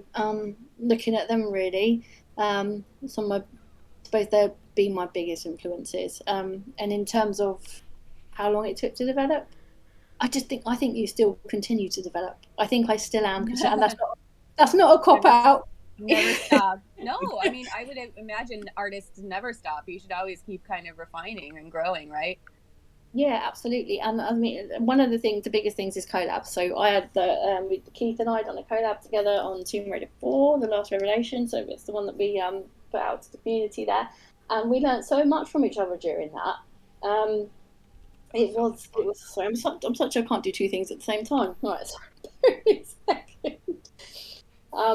That was such a good experience. I found that really helpful because initially my work was very quick, rush, and Keith helped with that. We sort of slowed down. I slowed down, and he was teaching me how to do certain things slower, should we say? So, Susie, no did you pressure, read but I think yeah, that's Brennock. I don't know if you saw That's Susie, but he said that he's creeping and watching you kill it, Susie. Oh my! Oh. Bren, we need to do one of these with you sometime. And he says, "Hi, Susie." Hi! Oh my gosh! Sorry, I'm starstruck now. That is an honour. Thank you very, very much. So the name of I'm the app I was jealous. looking for is Procreate. I guess a lot of people are using that now. I've Oh, seen Oh, lately. Is yeah. there a specific reason why it's so popular? that's on. Is that iPad specific? That one, I think. Yeah, maybe that's it because it's just it's made for, kind of going and sketching on the go or something. Yeah, yeah. I did try the iPad actually, and I did like drawing on it, but I found it didn't have as much. It was a bit slidey. I think you can get like Yeah. a paper that you can put over the top of it, but yeah, it's definitely. I think it's a good little piece of kit that from what I've seen from it, what you can achieve in it. I think the touch points on the Apple Pencil are really good actually. Yeah, it's impressive. Okay, so that's like the very. Oh, I've missed her hair at the back. Can't do that.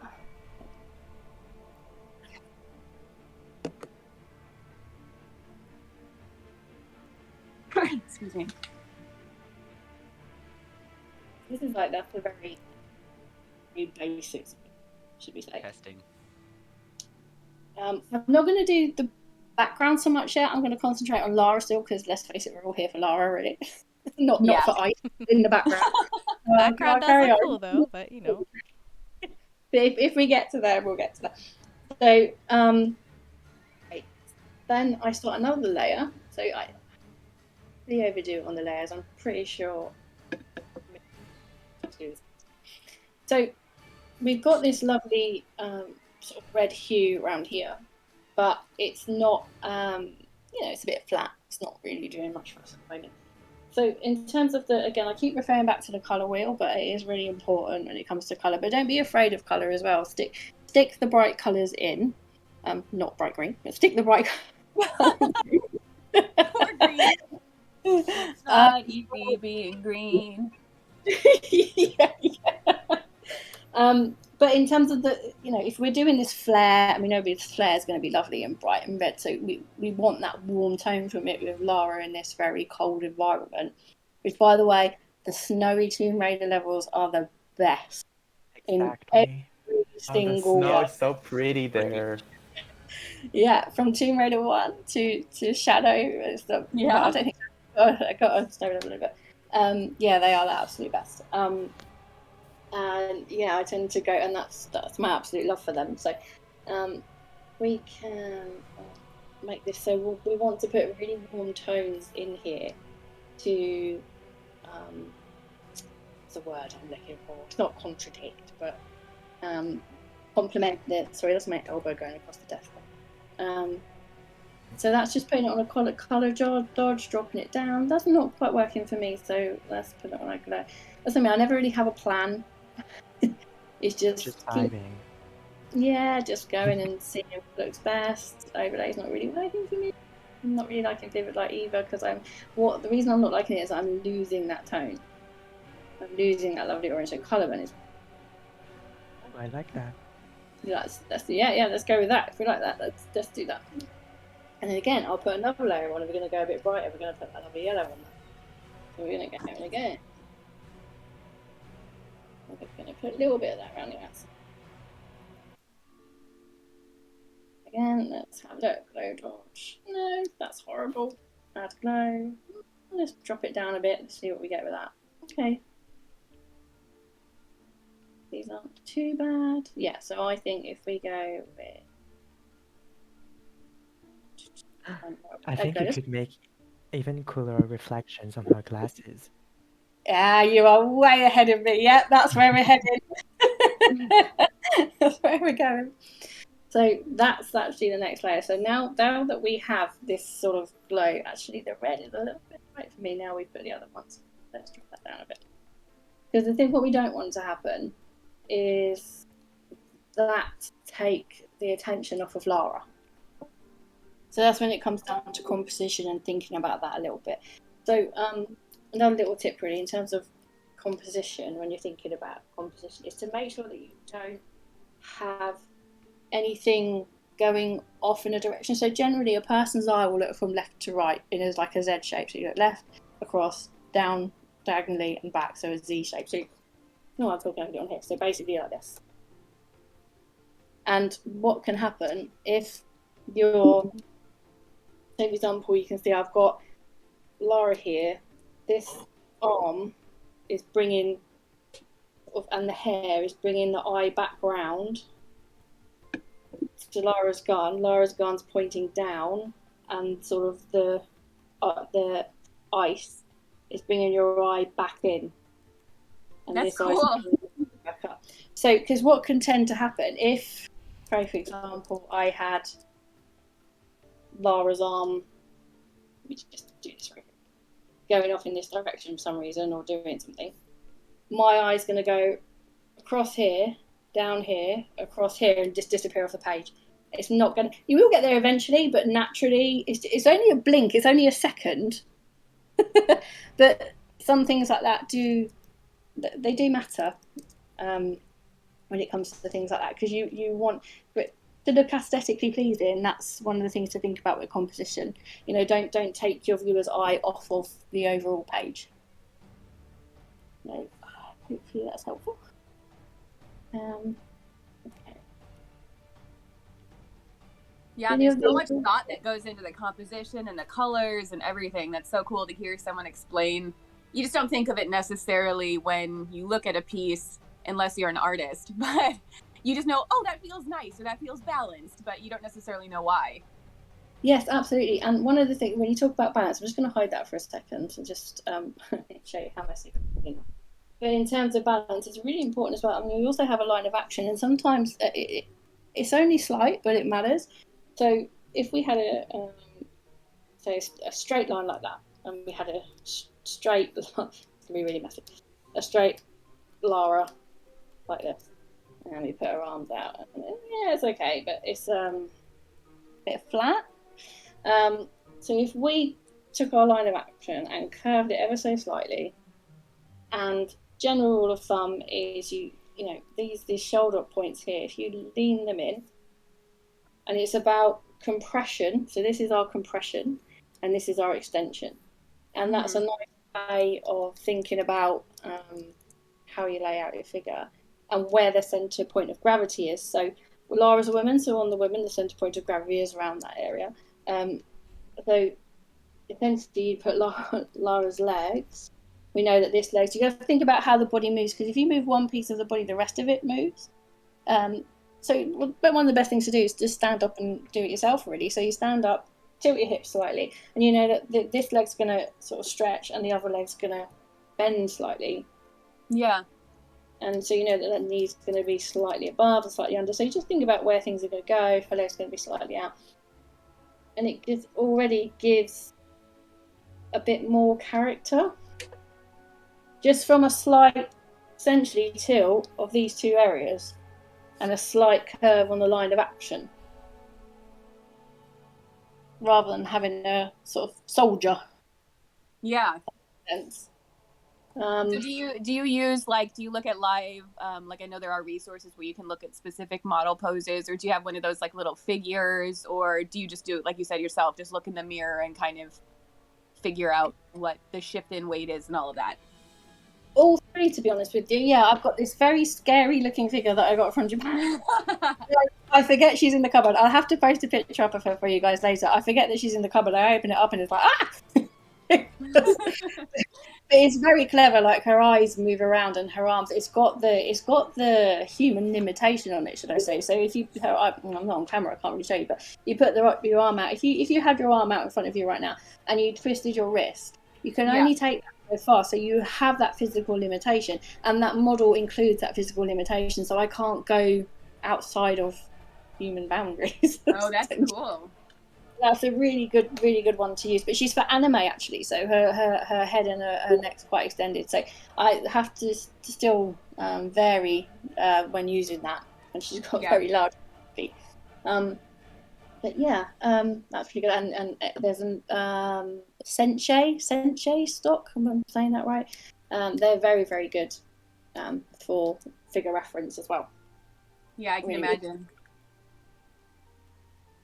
So yeah, I mean, I can carry on colouring in if there's any questions on the chat. If there's anything more that you want me to go through about how I actually set up a Lara figure or how I do the face or anything like that, just let me know and we can step into that if that would be more interesting. Or yeah, let me know if any of the other artist guys want to step in while I colour away. Yeah, it looks like you just got raided by a pretty big party, so that's awesome. Welcome everyone. Oh wow! Thank you for the raid, Kriegstro.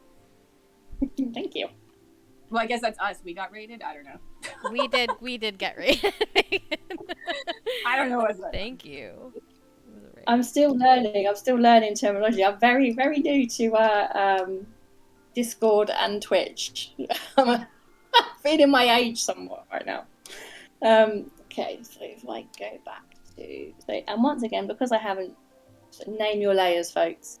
Because I haven't named my layers, I've now lost my thing.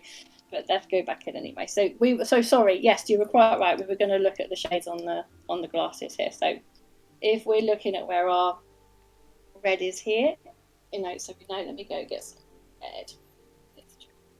So I'm just gonna layer it on thick. Make sure. Tell you what, I'm not trusting myself, so I'm going to put it on a new layer. Going to highlight some red at the edge here because we know that's where it's going to be. We know that it's hitting it a little bit here. Because this is slightly raised and it's heading towards the sun, we could put a little bit here. Again, no plan. I just lay it down, see how it looks. If it doesn't look right, quite like Omega said, and just go in and delete it. So obviously the hair, we're going to have got red here. And importantly, her eyes, this side of her face is going to be considerable because we've got it here. Nose. You are so good with colors. I'm obsessed. Oh, thank you. Colour is the most fun bit, and I think this is why it was important to focus on this today. I think it might have been quite a slow dream for you guys. Oh no! See, so here we go. Here I've made a mistake. So we're going to have this light here, but Lara's arm is going to be covering some of that. So I've gone too far. So again, it's just thinking about where the light's going to hit some of this. We're coming down into this section. I'm waiting. I'm waiting for Keith to come and tell me off and say, "Look at job." Oh wait, I thought of something where you can add more reflections. Is it water that's dropping down around Above Lara? This is ice. So primarily focusing on Lara at the moment, but it definitely be having it on the ice. You'd be having it certainly around this area. Maybe not quite so bright. Obviously, I'm just laying it down at the moment, but we'd go in and we'd take that out and change it. Sorry, I'm being annoying. No, please do. This is absolutely right. Is that way of thinking. It's thinking about where is the light going to fall. So if we go through for a quick second, let's do glow dodge. There we go. So if you change that to a glow dodge, we're already getting that lovely sort of. Take it down a bit because it's a bit harsh. It's cool. Go in. This is again going back to using that blend tool because it is quite useful. But you don't have to use a blend tool. Another way of doing it is to click the colour you've got and use like a soft brush to blend it out and mix colours. There's no rules for this. Everyone does it their own way, differently. It's just the way I'm used to doing it. And this is just going in, softening out some of this again. That Norse chick said, how did you decide on your color palette? Yeah, so in terms of the environment of the colour palette's laid out for me with Lara from the amazing work that the guys have done with the character sheets. So that's perfect. So literally just, I don't pick the colours from there because sometimes it doesn't quite work well, but I get to near on what I think would be useful from there. And then in terms of the rest of the colour palette, because it's icy and it's cold, and I'd be going for that cold section on the colour palette. So anything from there. So anything that's like the purples, the greens, the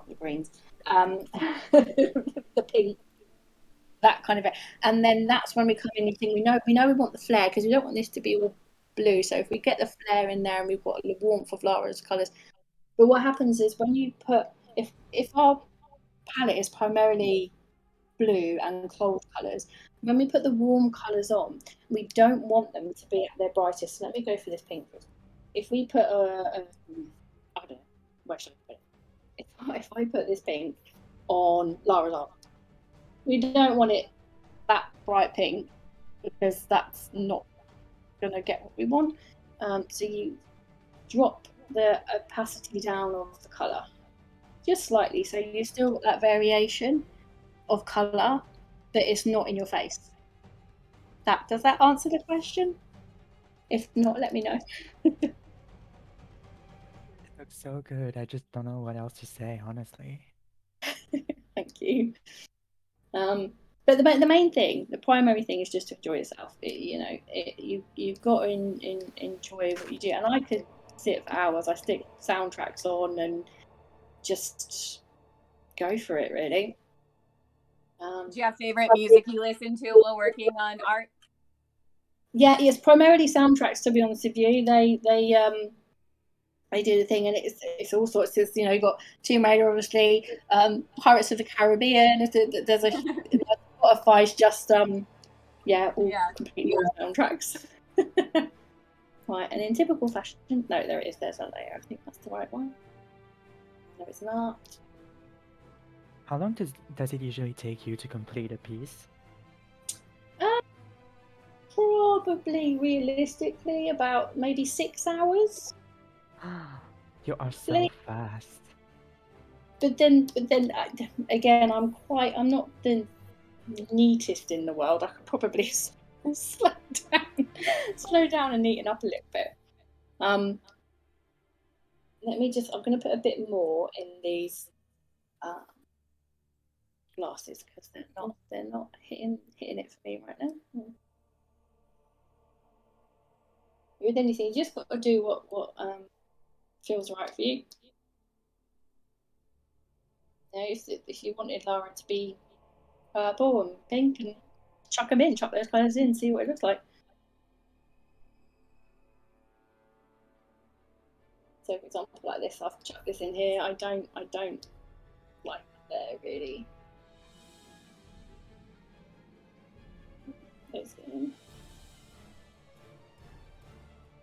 And I'm focusing on just this top half at the moment. But then to show you what I'd go in and refine it, I'd go in.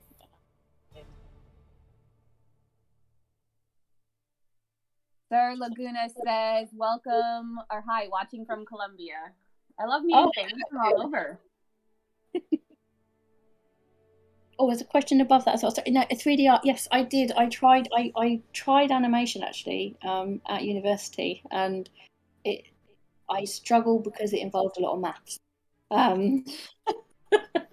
So when we had to do a project together, you'd go up as a team and things like that. We would, when they said to me, you have to think about the polygon count and is it the right word? I'm not sure if topology is the right word, but basically it's the contours of the lines on the character. You can't have any breaks because the neck would have a hole in it and things. It suddenly became too complicated for me. And so I became known as the storyboard queen at college and uni. So I ended up doing the storyboards for the guys, and the guys would then turn it into the characters and the animations. So stuck with the team. It requires patience. I do not have that patience, I'm afraid. So what I would tend to do is go in. So again, this is just the basics, but I would go in and refine this even more now. So to give it that comic book. So we have some areas that I haven't quite showed out yet. Again, it's that lovely purple, my favourite purple. Old reliable.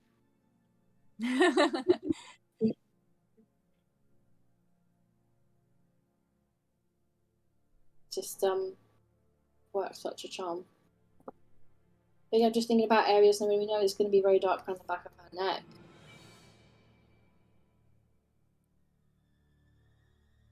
So this is where I will put some rim light in here at the end, but this is where you get. So, for example, we got the reflections off of the ice and that, for example. Let me do again. No plan. If I put that on multiply again, drop it down because we know it's going to be quite dark in that area. Because Testing. Oh, we can hello. hear you. Wait, you can hear me? We can hear Yeah. you. We can hear you. You Oh did my god, I'm so. it. I can't believe it. I've been trying for an hour. Oh, poor Keith. Yeah. When you did the testing with me, it worked right away. So I'm surprised it was giving you trouble. I'm so annoyed. Do you know what it was? What? Uh-oh. I have to run Discord as administrator. I am so annoyed. Oh, I do that all the time just as like a practice. Yeah. Oop. Okay, I'm here. Thank God. Susie, you're doing amazing. This looks beautiful.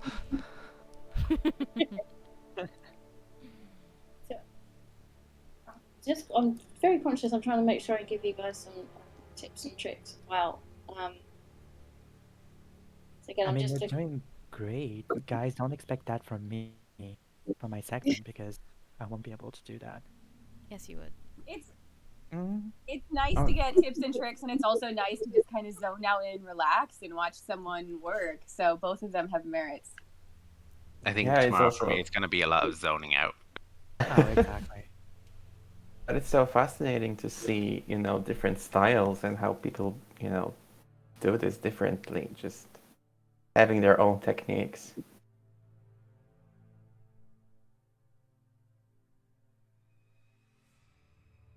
Shading out just almost like the ends of where I'm placing shading and things, just to, I know it just looks a bit better again.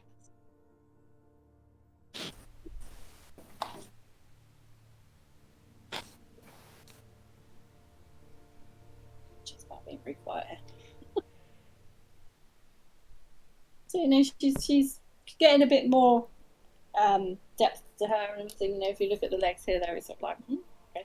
We've got all this structure down here that I haven't really done anything with. So to think about, again, these are going to be quite dark because the lights. Oh, I say that like you're going to have light reflecting off of the ice and things like that as well, so that will come together. Again, no plan. The biggest thing I think I've ever been taught is just be free with it, because what I tended to do. So I'll show you really quickly. Over those layers again. One of the things that I used to do many years ago is getting on. I would draw like this, very slowly, very yeah, just like little. I call them chicken scratches. Very, the best thing to do is commit to your line. So just chuck it in, tuck it in. It doesn't matter how it looks. Just chuck, because you can always come in. It's really dodgy, but you can always come in and correct it. And while we're on eyes, I've got a little tip for eyes. I call it the 1 2 3 1 2 method. So it's literally 1 2 3 1 2, and that's the foundation for how I would lay out my eye. So, and then you just, I don't know what it's called, you got that little bit in the middle there, and then I tend to put... I'm sure that thing has a name, but I have no idea what it's called. Oh wait, is that like your tear duct, I suppose? That's it, thank you. Like maybe I do know. So that, and again, but that is obviously, that's actually the eyelid and the eye shape that we're looking at there. Let me just put like a thing in it. We'd have like the eyelashes and things there, but when you're doing the eye, I suppose the thing to think about with the placement, I think it's extremely rough, but we'd have is that is just the eye. You need to consider the eyeball. So when you're placing your eyes on Lara, have a circle sphere. Sorry, I'm lagging. Come on. Sorry, guys. It's just thinking about it. There we go. Put a cross through it. And where you want your eye to face, so you want the eye to this way, and then you put the circle in the middle. And then when you're looking at the eye, it's actually not doesn't stick out this way, it goes this way. The concave, convex, I can never get to. But the eye actually sits in. So if you've had the eye side view, on yellow, your eye wouldn't be sticking out like this. It would be actually sat in a bit like that. So it's just something to consider when you have the eye from sort of the side view. That makes sense. Yeah. So I'm just trying to think of little ideas that I have here. And then in terms of laying out a Lara, this is the easiest platform that I have. It's just like this little, what would you call that, a vase or a U shape with a line on it, I'm not sure. And you just mirror the same thing upside down, and that's literally the top and the hips there. And one little tip that I actually do find extremely useful: if Lara's arms are behind her, you do like a half circle around that, and that will show you that the arms are going to come down this way and it's going to be in front, sorry, behind. But if you were doing that the other way, we'll do that there, and do the circles in front, then Laura's arms are going to be coming forward, in front of you.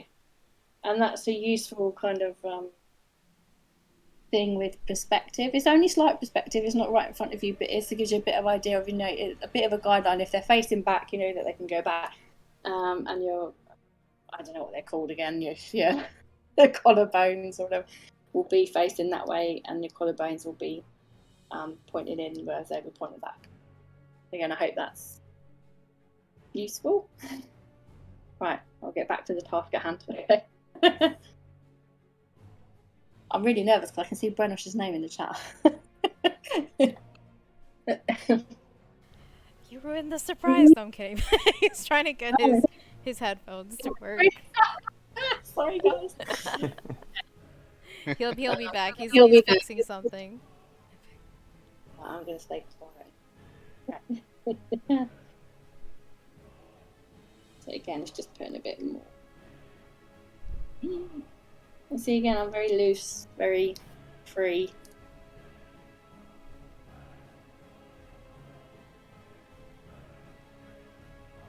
It's just when you start putting the lighting in, it creates those forms and puts Lara in her environment.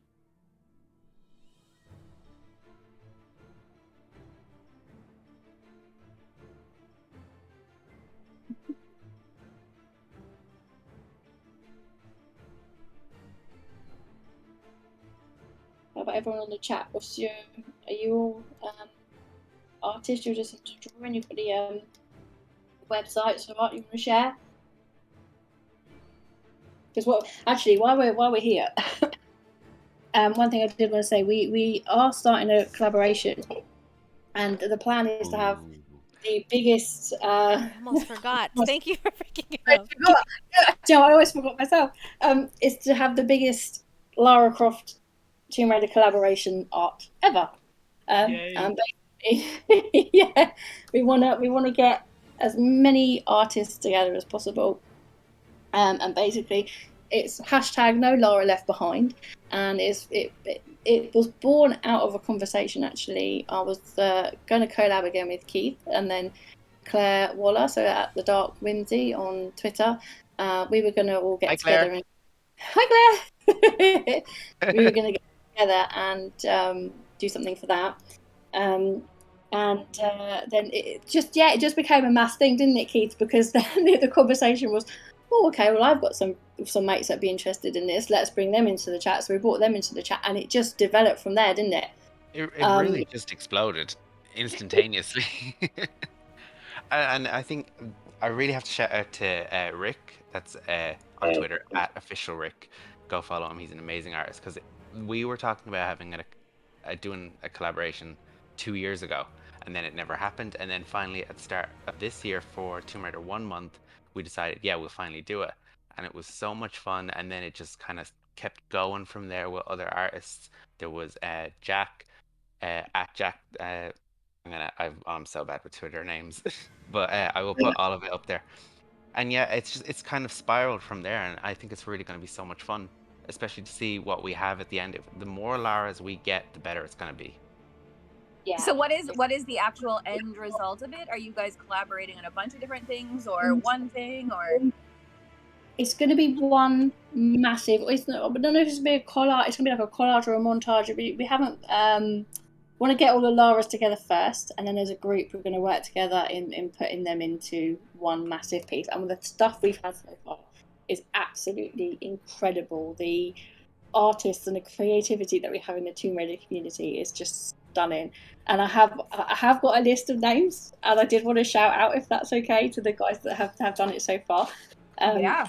So obviously we've got Keith on the call. We've got shout out to Claire, Dark Winsy, Anastasia, Elpez Diablo, Jack R, Natasha Lane, I'm saying this wrong, Psychedelic Saber, Baconetta 3, Danny Abraham, Adam Lindsay, Official Rick, Parisian Princess Janice, Lazy Lillian, Liam Ogley, Charlie Redfern, at Doppel ZGZ, Camellia, and Sparks JV. So they're everybody that we have had so far. It's incredible how many people have joined already. So if you do want to have your work included in that, please do send it across. We'll put the website. It's on my Twitter at Susie Gander as well, so you can just pick it up from there. It's basically your favourite Lara on a white background, and we want no Lara left behind, basically. So I was even thinking of putting the old passport Lara in, the dodgy passport picture. I saw her on Twitter yesterday. She's still a Lara. She's got to go in. We want to Hashtag no Lara left behind. Exactly. Every Lara matters. Lara's very, very special to me. I've had some difficult times.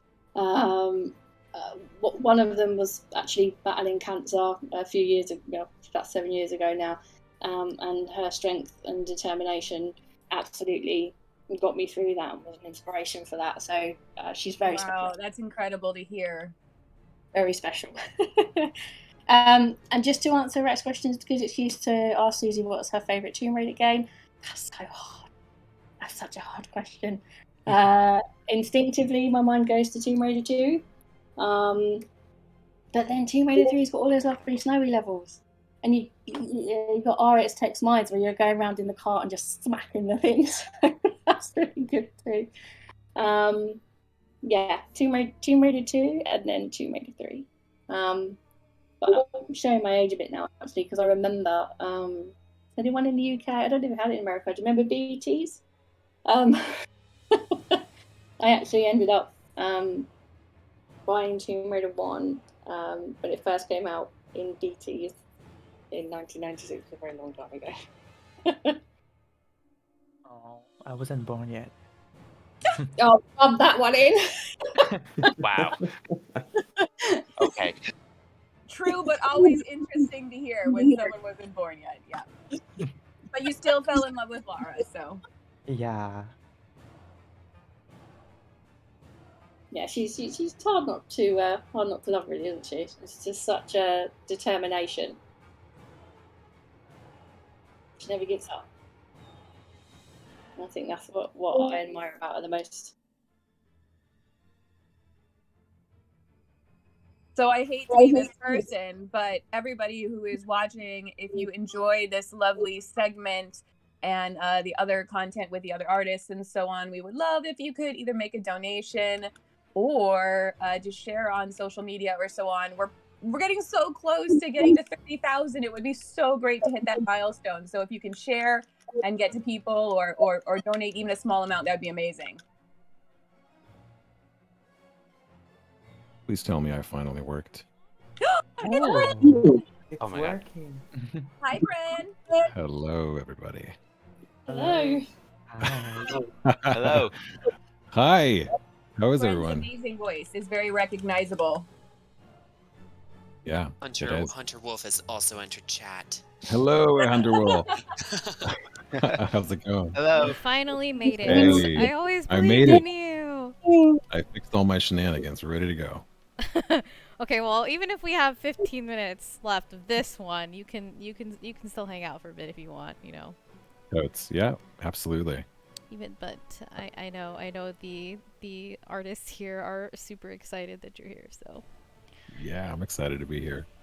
First time like really talking to the whole crew. It's pretty wonderful. Yeah. So you've been watching Susie doing her art. Yeah, I've been in the shadows creeping, just watching her paint. Speaking of I love Susie, it. why'd you guys get so quiet? The crew, the crew that was mentioned. I just can't speak. Do I have to do all the talking?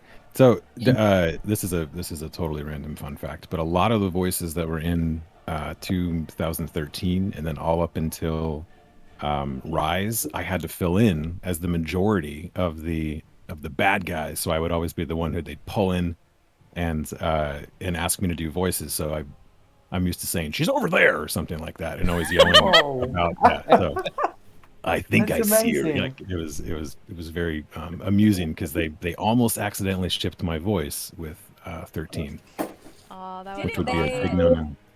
And Yeah. you were the official voice of Set, right? In Yeah, and that Young wasn't supposed to Siren. happen either. That was just a totally random thing that happened, and they're like, "Oh yeah, by the way, this is gonna be you." Okay, cool.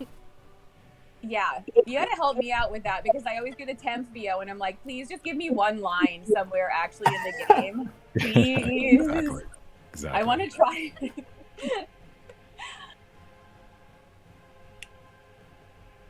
So, Bren, would you be up for doing Yes. one of these sometime? Yeah, of course. Yes, so I'd love to do That would be that. super Brent, fun. I'm gonna poke you to come on the like Rise stream or something Yeah, later this I'm down. month. Absolutely. Yeah, I'll see if you're free.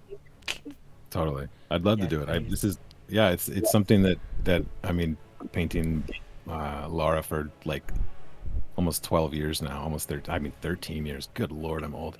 That it's just one of those things that becomes it's not that it ever really gets old. You just try to find new ways to make it interesting every time. So it's always Yeah. fun. Oh, Look at Curse like you pipe Curse down over Lake, there. what are you? Will, why aren't you on Discord with us? Oh, what a jerk. I love how he shows up while you're here. Yeah, of course he does. Oh, I love that. Why did Susie get so quiet? I'm sorry, I'm really concentrating now. Yeah, Susie, you were so talkative before. Now what happened? You're doing great. Thank you. Yeah, I'm sorry, I'm just such a huge inspiration for me. It's awesome to hear. Yeah, I like everything that you're talking about in terms of layer development and the way that you're using your values and the way that you're structuring light around her looks like you've done this before, which is great. Very pro. Mm-hmm. Yeah, Yeah, I love hearing how much thought goes behind stuff like this because a lot of times you're just like, oh, they're great at drawing. And like, you don't really think about all of the sort of technical considerations and work that goes behind it. Yeah. So much of this stuff is not even about really painting. It's just more about designing something that makes sense. So the way that she's right now painting the glow stick and using the reflection of the ice on the surface of that and how it cascades on her face and on her clothes and how she's actually shadowing the areas that are supposed to be occluded. All those things, those are all, I mean, clearly things that Susie's done before, but those are not they're not easily trained. You have to do this quite a bit to be able to start really kind of getting into the flow of it. So she's been doing it a while. It's great. Mm-hmm. Yeah, I was quite often the one in school not paying attention because I was drawing Lara on a sketchbook or something, it used to come around. That's funny. I used to do that too. I feel like that's the story of so many creative people I know. It starts with like, I was in school and I wasn't paying attention to the teacher because I was writing fan fiction. Yeah.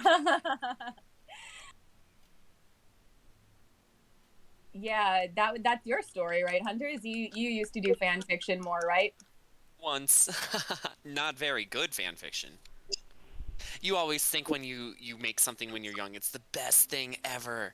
And then you get older and you're like, wow, my first stuff was bad. Yeah. I don't draw anymore, but I used to draw Lara all the time, and I basically would just copy Michael Turner pieces. I couldn't come up with my own ideas or like compositions or stuff, but it was so funny because when I did my first piece, my mom was like, "This is so great, and I'm so proud of you, but does she have to have a gun?" And it's like, "Yes, Mom, it's Lara Croft."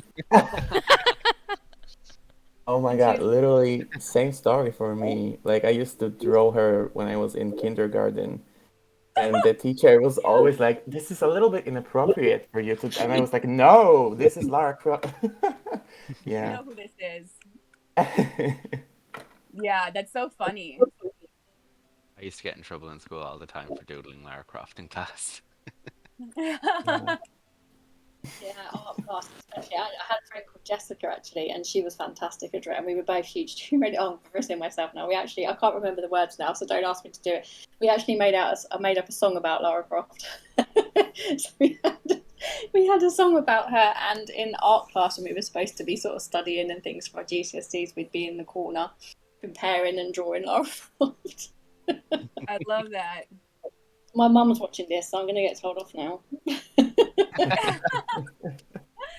She's like, I didn't know that. Right, yeah. So at the moment, I'm just putting in those like smaller highlights just to accentuate some of the stuff a little bit more. It's not probably the neatest thing I've done, but I just want to try and sort of get as much of it done as I can for you guys during this. It's always funny when artists are so critical of their work because I look at anything and I'm like, oh my God, it's a masterpiece. And they're like, oh no, this is terrible. It is. It's like a vicious cycle of self-hatred that never really goes away. It's like no matter what you do, you always kind of go, God, why did I do that? And then you do the next piece, and then you go, God, that sucks even worse. And then you finally get one out of like 50 that's kind of good, and you're like, all right, that's okay. And then you see someone next to you, like, God, they're fucking crushing it. What am I doing? It's like if you get 1 out of 200, that's great. You're doing awesome.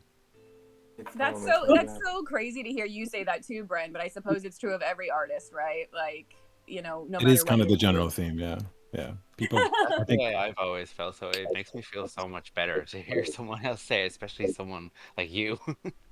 well, I mean, it's I don't know.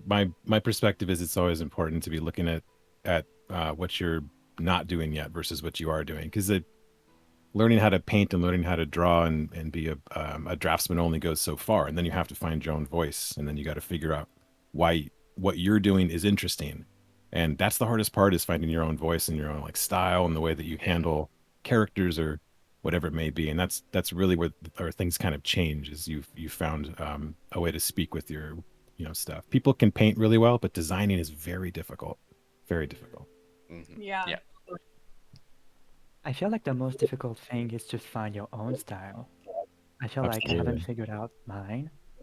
I'm saying it's a work in progress, honestly, because it's changing every time. Yeah. What do you think helps you hone in on your style? Are you just exploring a lot of different things, or is there anybody in particular that inspires you? Or I'm just exploring, although I feel like for gaming artworks, it's easier to like tend on a photorealistic style, if that makes sense. yeah, Like for example, I really like to make really saturated pieces with silky hair, smooth skin, and like big sparkly eyes, but I feel like it wouldn't work well with Tomb Raider, so I just like to go in on the details and make everything as realistic as I can, and yeah. I feel like stylized pieces are even harder to achieve than realism. It's just, That's true. yeah. Bren, you have such a wide. I know a lot of people see your more realistic looking stuff like you did for the TR1 cover, but you also did for Tomb Raider. Whoa.